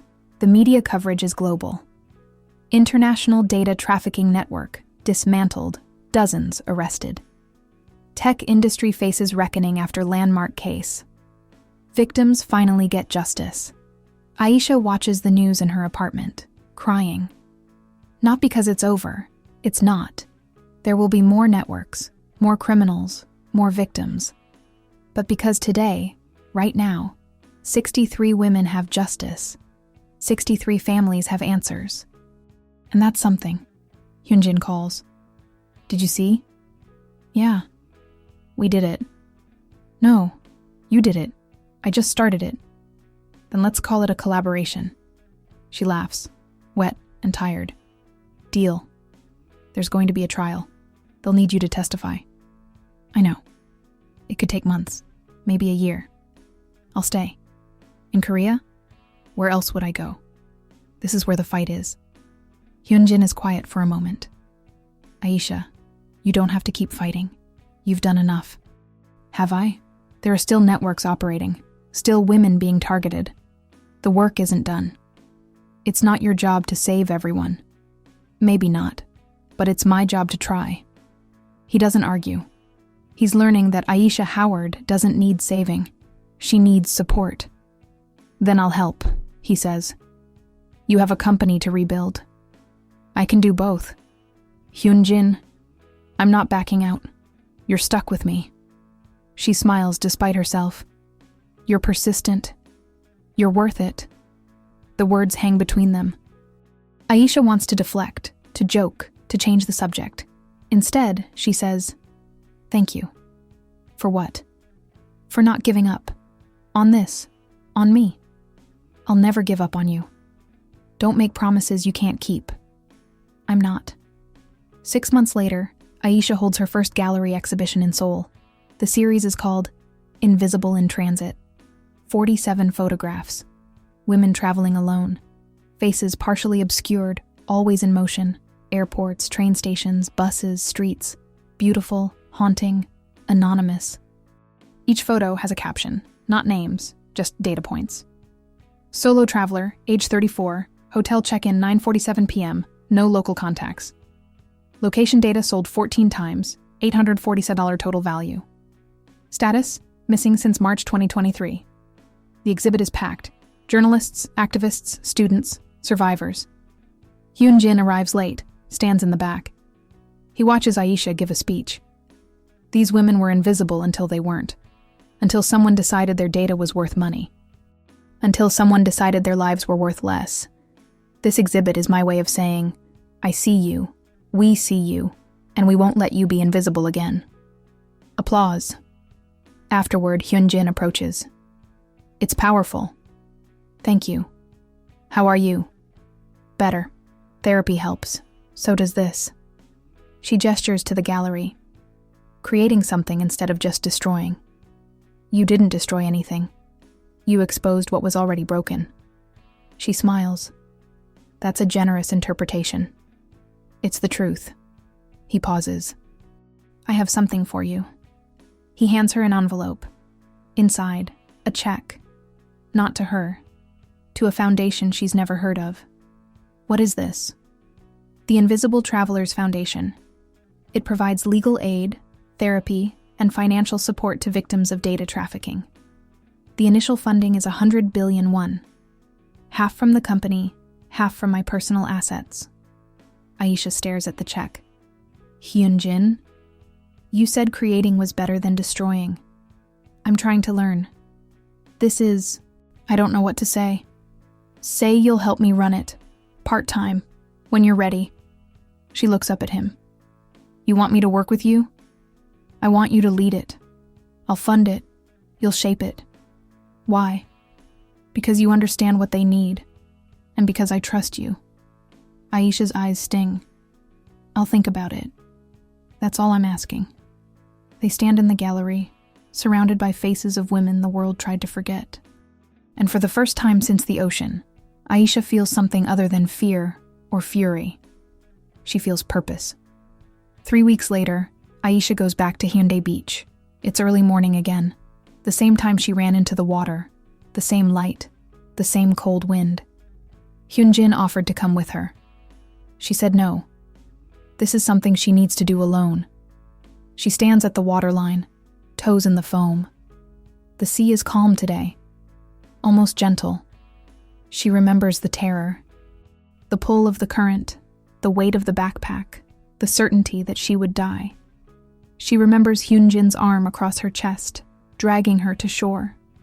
She remembers coughing seawater and thinking, I survived.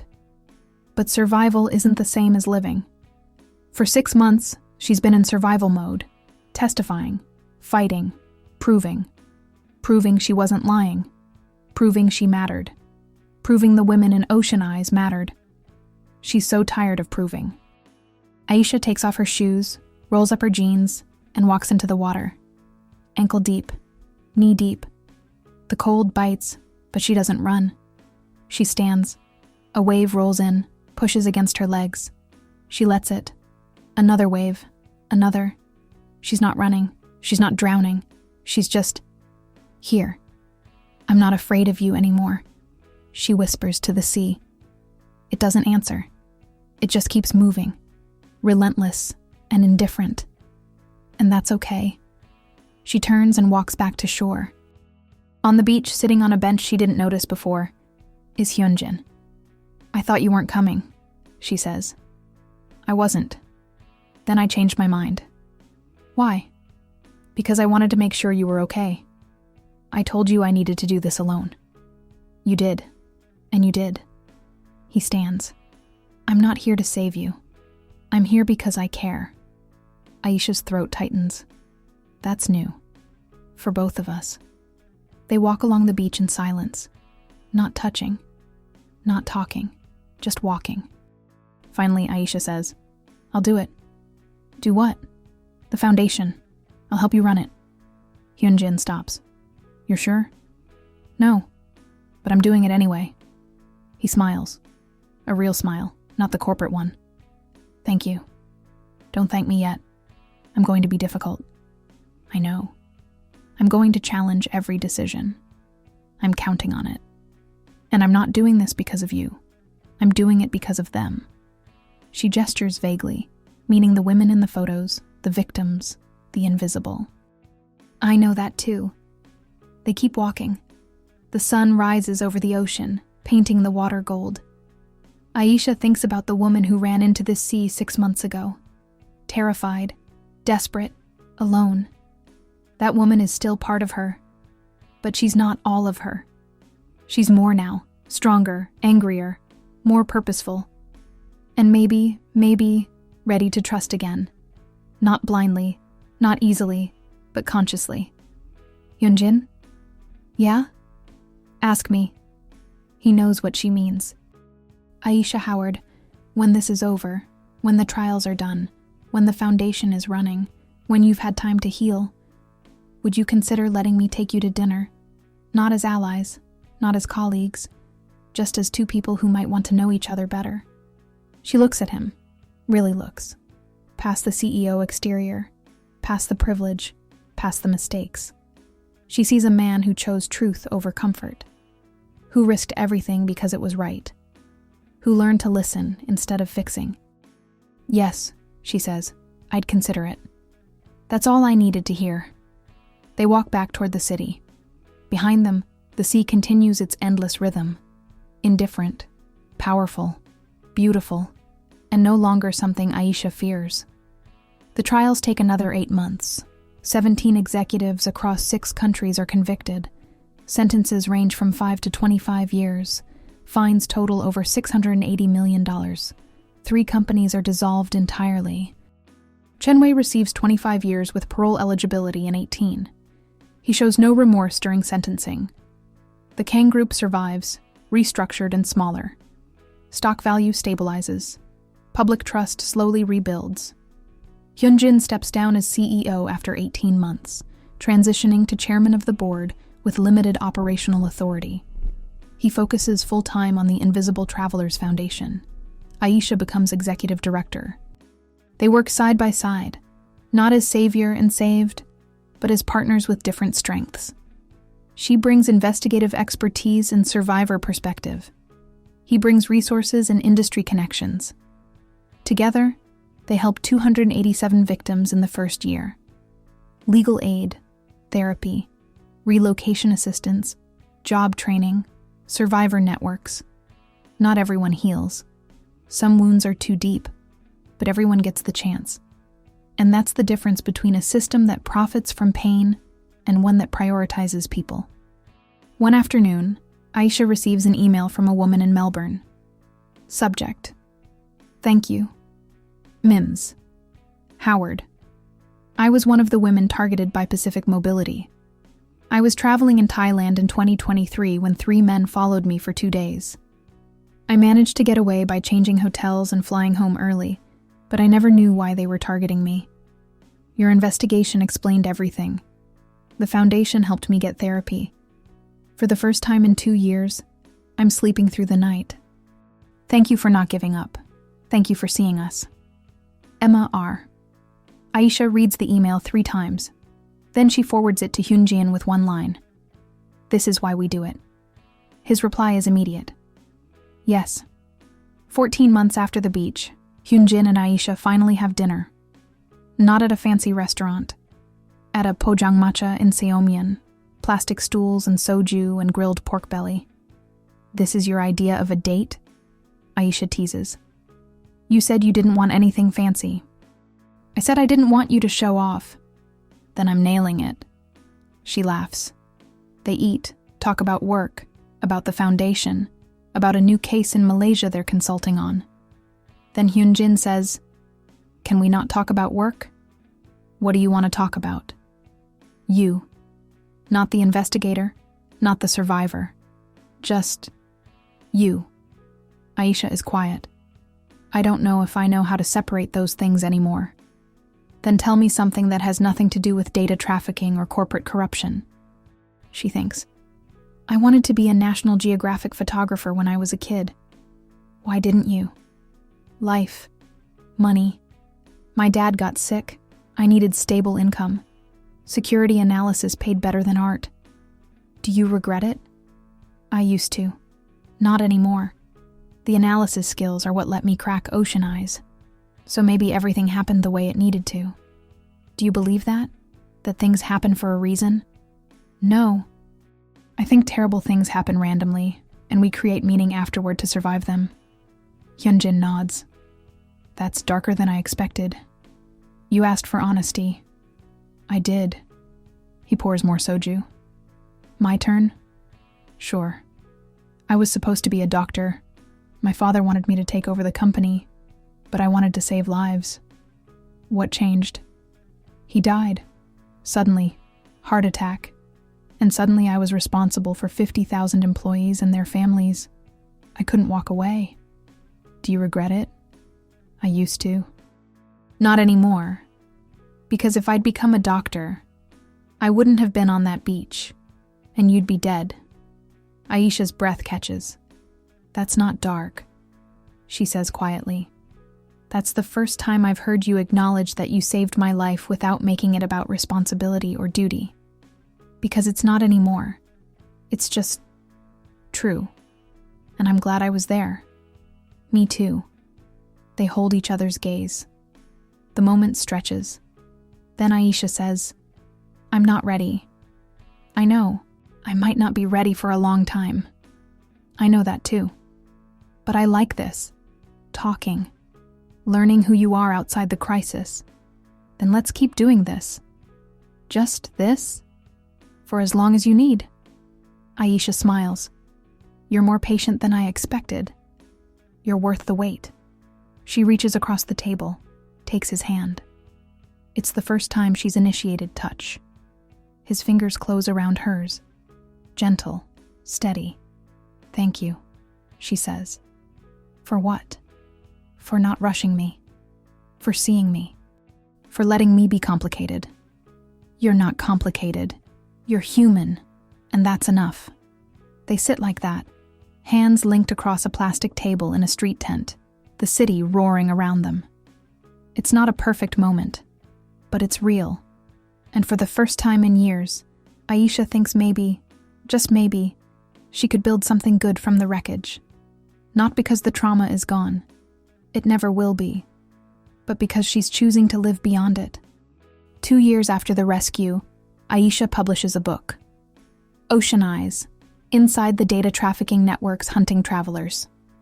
It's part memoir, part investigation, part call to action. She names names, exposes systems, honors victims. The book becomes a bestseller in 12 countries. Universities assign it in data ethics courses. Governments cite it in privacy legislation debates. Survivors contact her to say, "Thank you for telling our stories." She does a reading in Seoul. The bookstore is packed. In the audience, front row, Hyunjin, Dr. Lee Min-seo, Park Ji-woo, Jung-sua, the people who stood with her when it mattered. She reads the final chapter.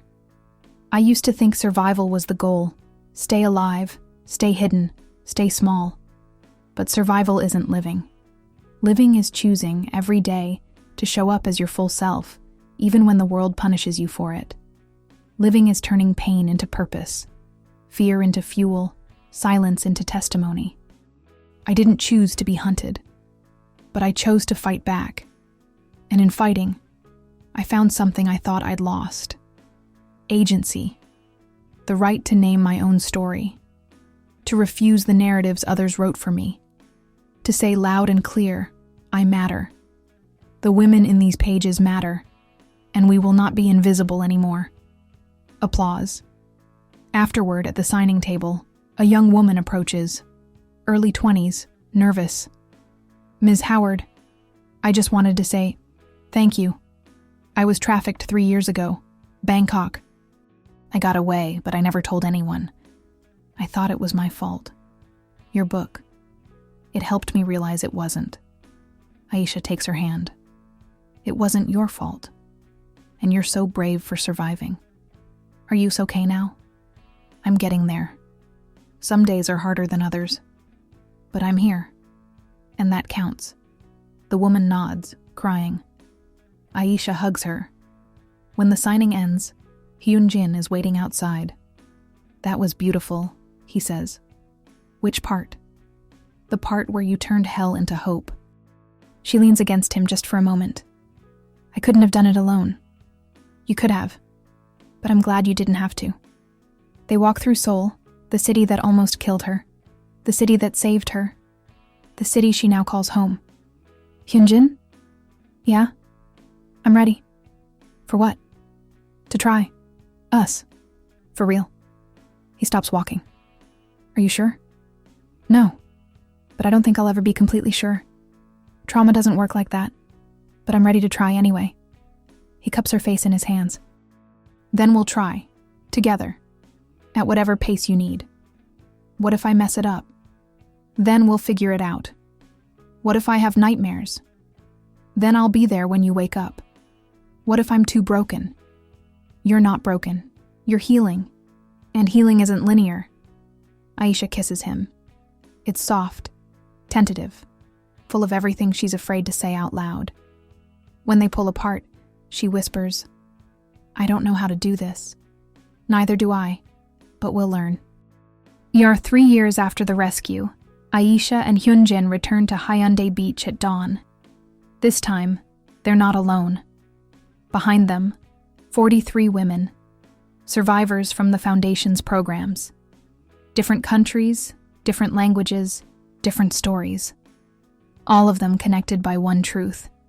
They refuse to let violence define them. Aisha stands at the waterline, the same spot she ran into 3 years ago. She speaks to the group. 3 years ago, I ran into this ocean to escape men who wanted to kill me. I almost drowned. For a long time, I thought the sea was my enemy. But the sea didn't choose to hurt me. People did. Systems did. Greed did. The sea was just indifferent. And indifference can't be fought. But systems can. People can. Greed can. So we fought. And we won. Not perfectly. Not completely. But enough. Enough that 63 women got justice. Enough that hundreds more got support. Enough that the industry changed, even a little. And today, we're here to say, we're not victims anymore. We're not defined by what was done to us. We're defined by what we chose to do next. And we chose to survive, to heal, to fight, to build, to love, to live. She turns to the sea. I'm not afraid of you anymore. Because I know the difference between natural forces and human cruelty. And I know which one I can change. She walks into the water, knee-deep, arms open. One by one, the women follow. They stand together in the waves, crying, laughing, holding hands. Hyunjin watches from the shore, quiet. Dr. Lee Min-seo beside him, arms crossed. She's extraordinary. She is. You love her. I do. Does she know? Not yet, but she will. On the water, Aisha looks back at the beach, at Hyunjin, at the city beyond, at the life she built from the ruins. She thinks about the woman who ran into this sea, desperate and terrified. That woman saved herself by running. This woman saves herself by staying. And that's the difference between survival and living. The sun rises, painting the sea gold. The women walk back to shore together, and the ocean, indifferent and eternal, continues its rhythm. But Aisha is no longer listening, repitas o capítulo closing. The woman who reclaimed the sea a continuer por favor. 3 years after the rescue, Aisha and Hyunjin return to Haeundae Beach at dawn. This time, they're not alone. Behind them, 43 women, survivors from the Foundation's programs. Different countries, different languages, different stories. All of them connected by one truth. They refuse to let violence define them. Aisha stands at the waterline, the same spot she ran into 3 years ago. She speaks to the group. 3 years ago, I ran into this ocean to escape men who wanted to kill me. I almost drowned. For a long time, I thought the sea was my enemy. But the sea didn't choose to hurt me. People did. Systems did. Greed did. The sea was just indifferent.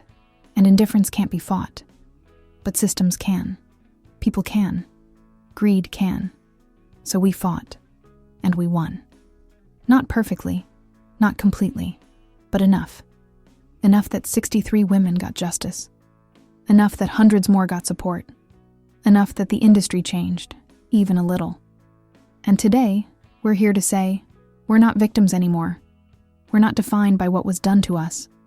We're defined by what we chose to do next. And we chose to survive, to heal, to fight, to build, to love, to live. She turns to the sea.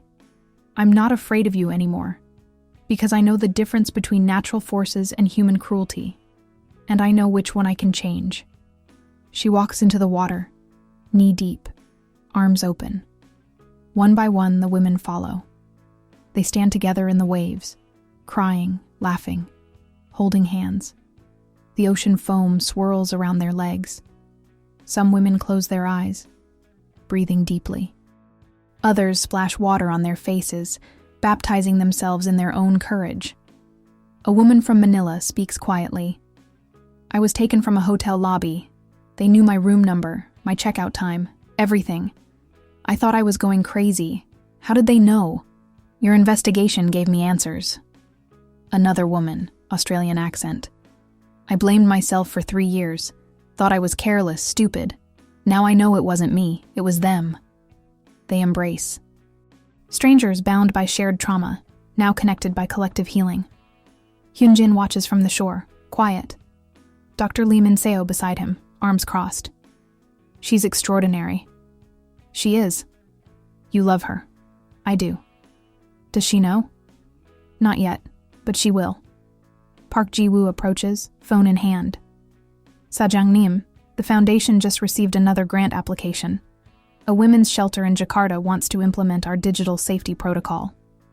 Approve it, and send them additional resources for training. Already done. Jong-sua joins them, tablet under her arm. The book just hit #1 in Japan. Publishers in Brazil and Germany are requesting translation rights.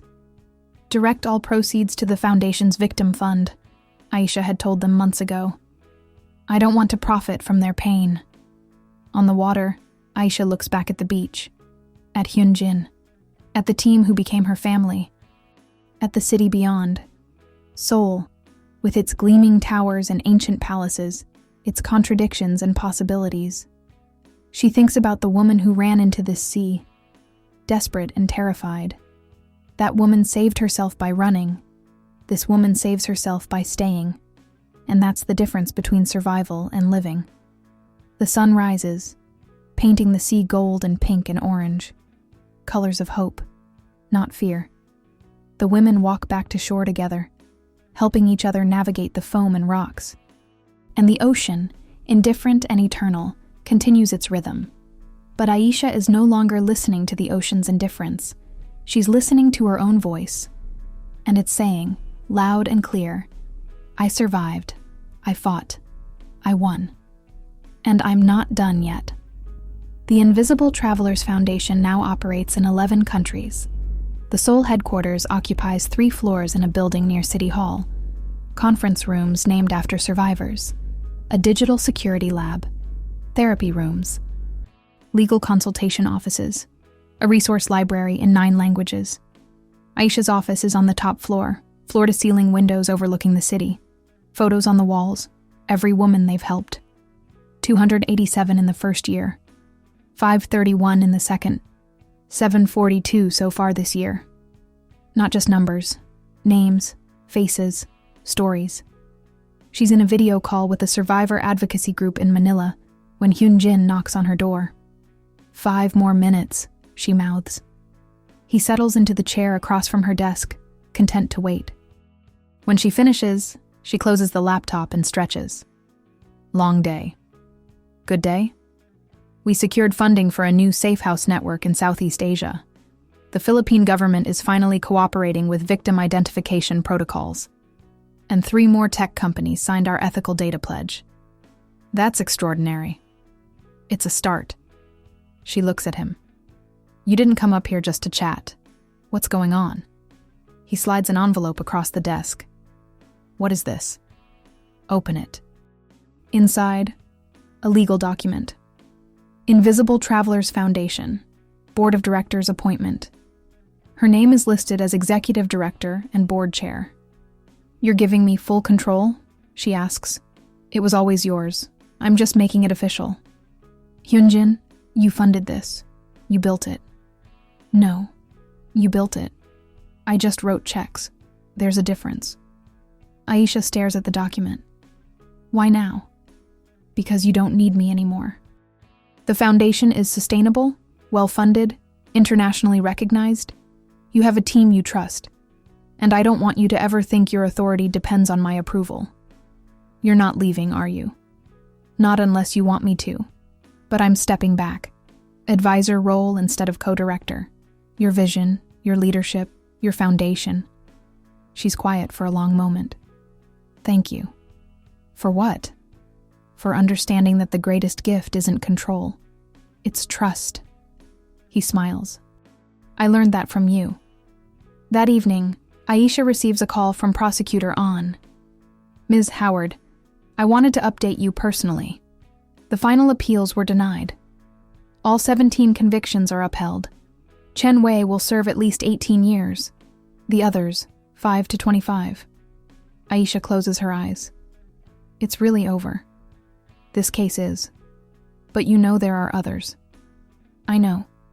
We're tracking 2 more networks.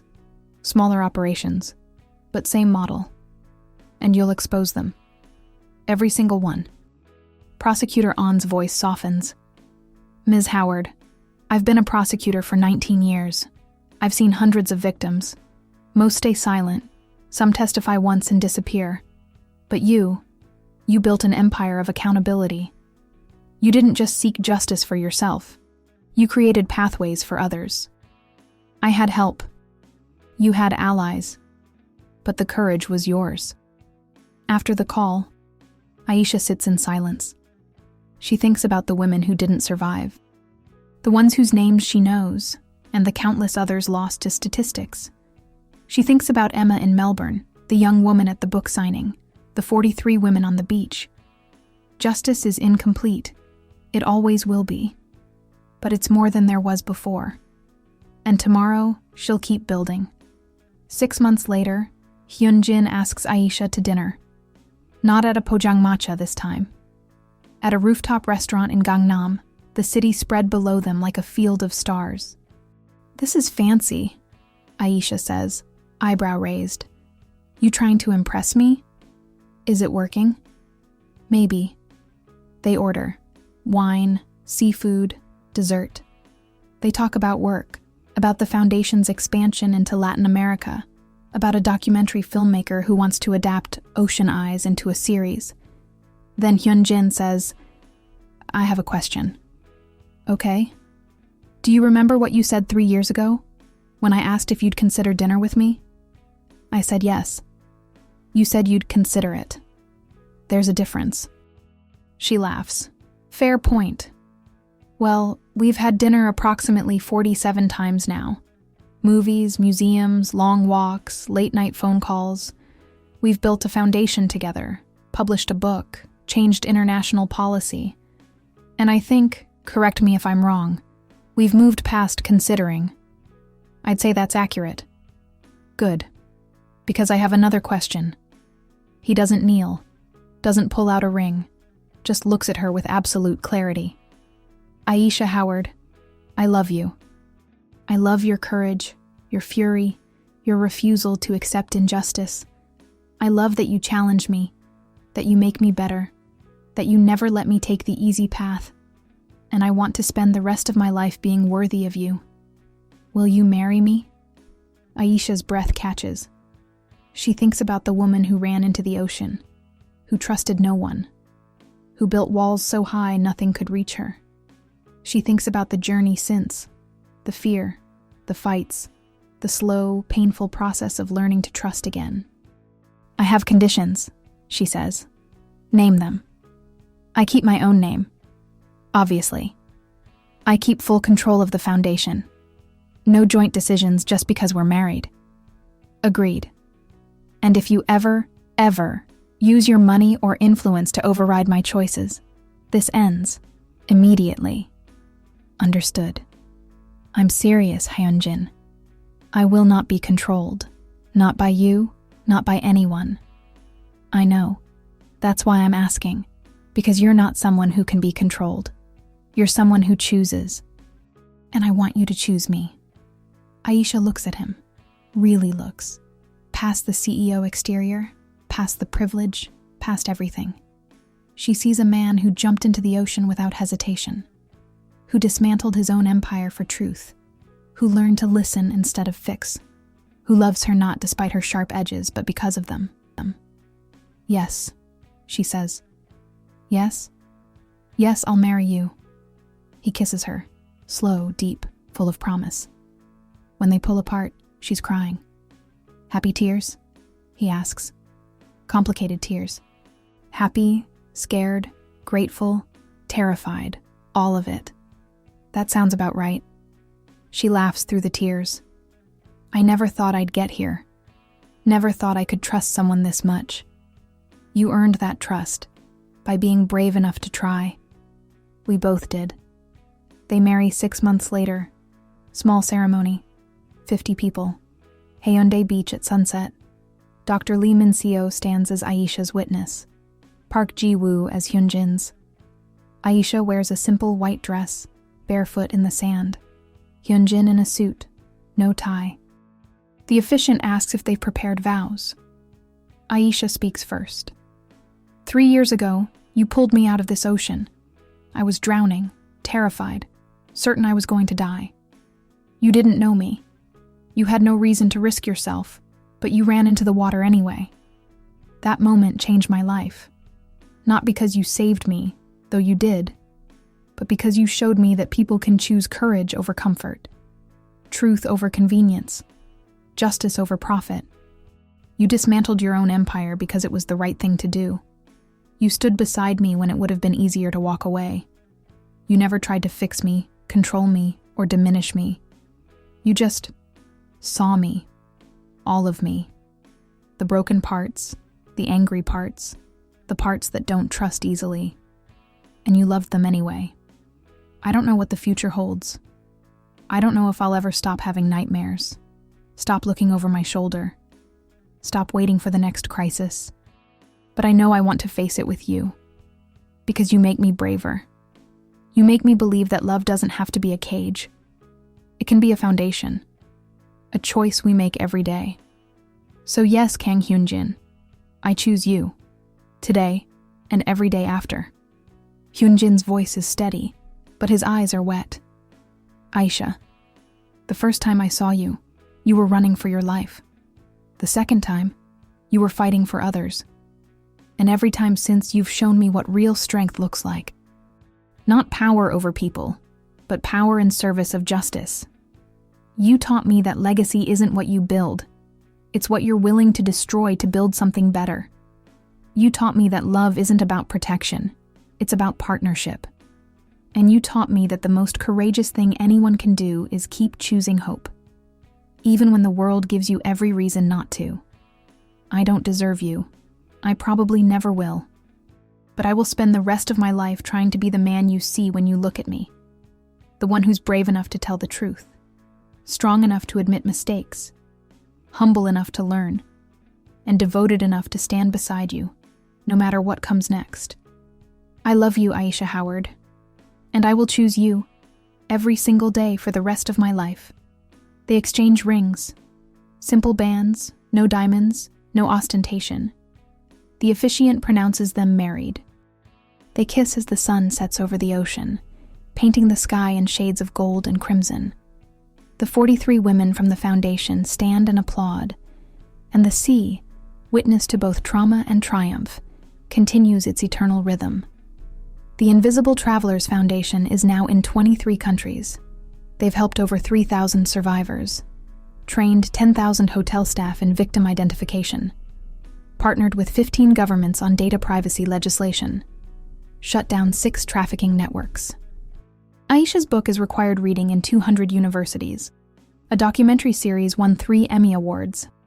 Victim advocacy groups cite her work as a turning point in the fight against data trafficking. But the numbers aren't what matter. What matters is the email from a 19-year-old in Morocco who says, "I was planning to travel alone to Spain. Your book taught me how to protect myself. Thank you for keeping me safe." What matters is the legislation passed in the EU, mandating transparency in data sales and criminalizing the sale of location data to unauthorized parties. What matters is the hotel chain that implemented the foundation's safety protocols and identified 12 victims in the first year. Aisha sits in her office, reviewing applications for the Foundation's scholarship program, grants for survivors pursuing education, career changes, therapy.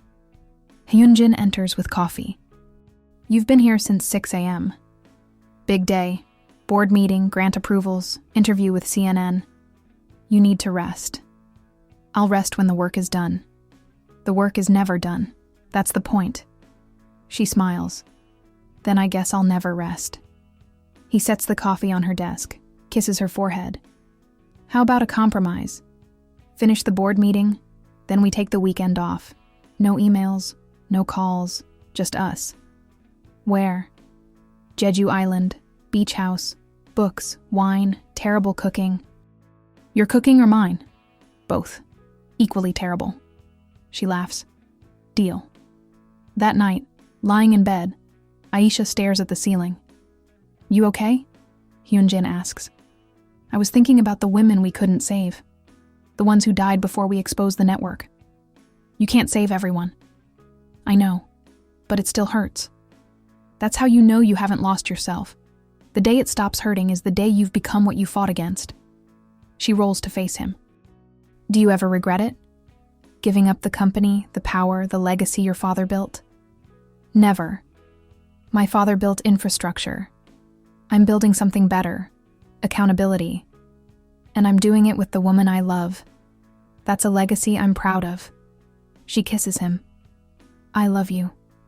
I love you too. 10 years after the rescue, Aisha returns to Haeundae Beach alone. Not to confront fear, not to prove anything, just to remember. She stands at the waterline, toes in the foam, watching the sunrise. The ocean is calm. The beach is quiet. A few early morning joggers, a fisherman casting a line. She thinks about the woman who ran into this water, desperate and terrified. That woman believed survival meant staying hidden, staying small, staying silent. This woman knows better. Survival isn't hiding. It's showing up. It's speaking. It's fighting. Even when you're exhausted, even when the world tells you to stop, even when victory is incomplete. Because incomplete victory is still victory.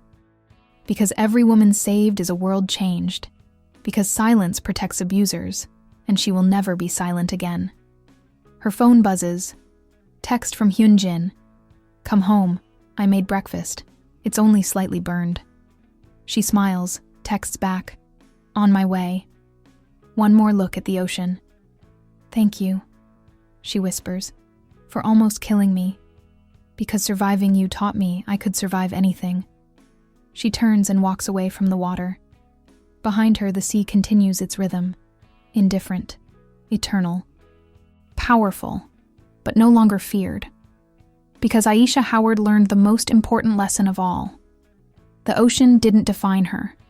The men who hunted her didn't define her. The trauma didn't define her. She defined herself. And her definition was simple. Survivor, fighter, advocate, wife, leader. Woman who refused to be invisible. Woman who turned pain into purpose. Woman who chose every single day to keep living. Not just surviving, but truly, fully living. And in that choice, she found freedom. For every woman who has traveled alone and felt afraid. For every survivor who thought they were crazy for being cautious. For every person who chose to speak when silence would have been easier. You are seen. You are believed. You are not alone. And your story matters.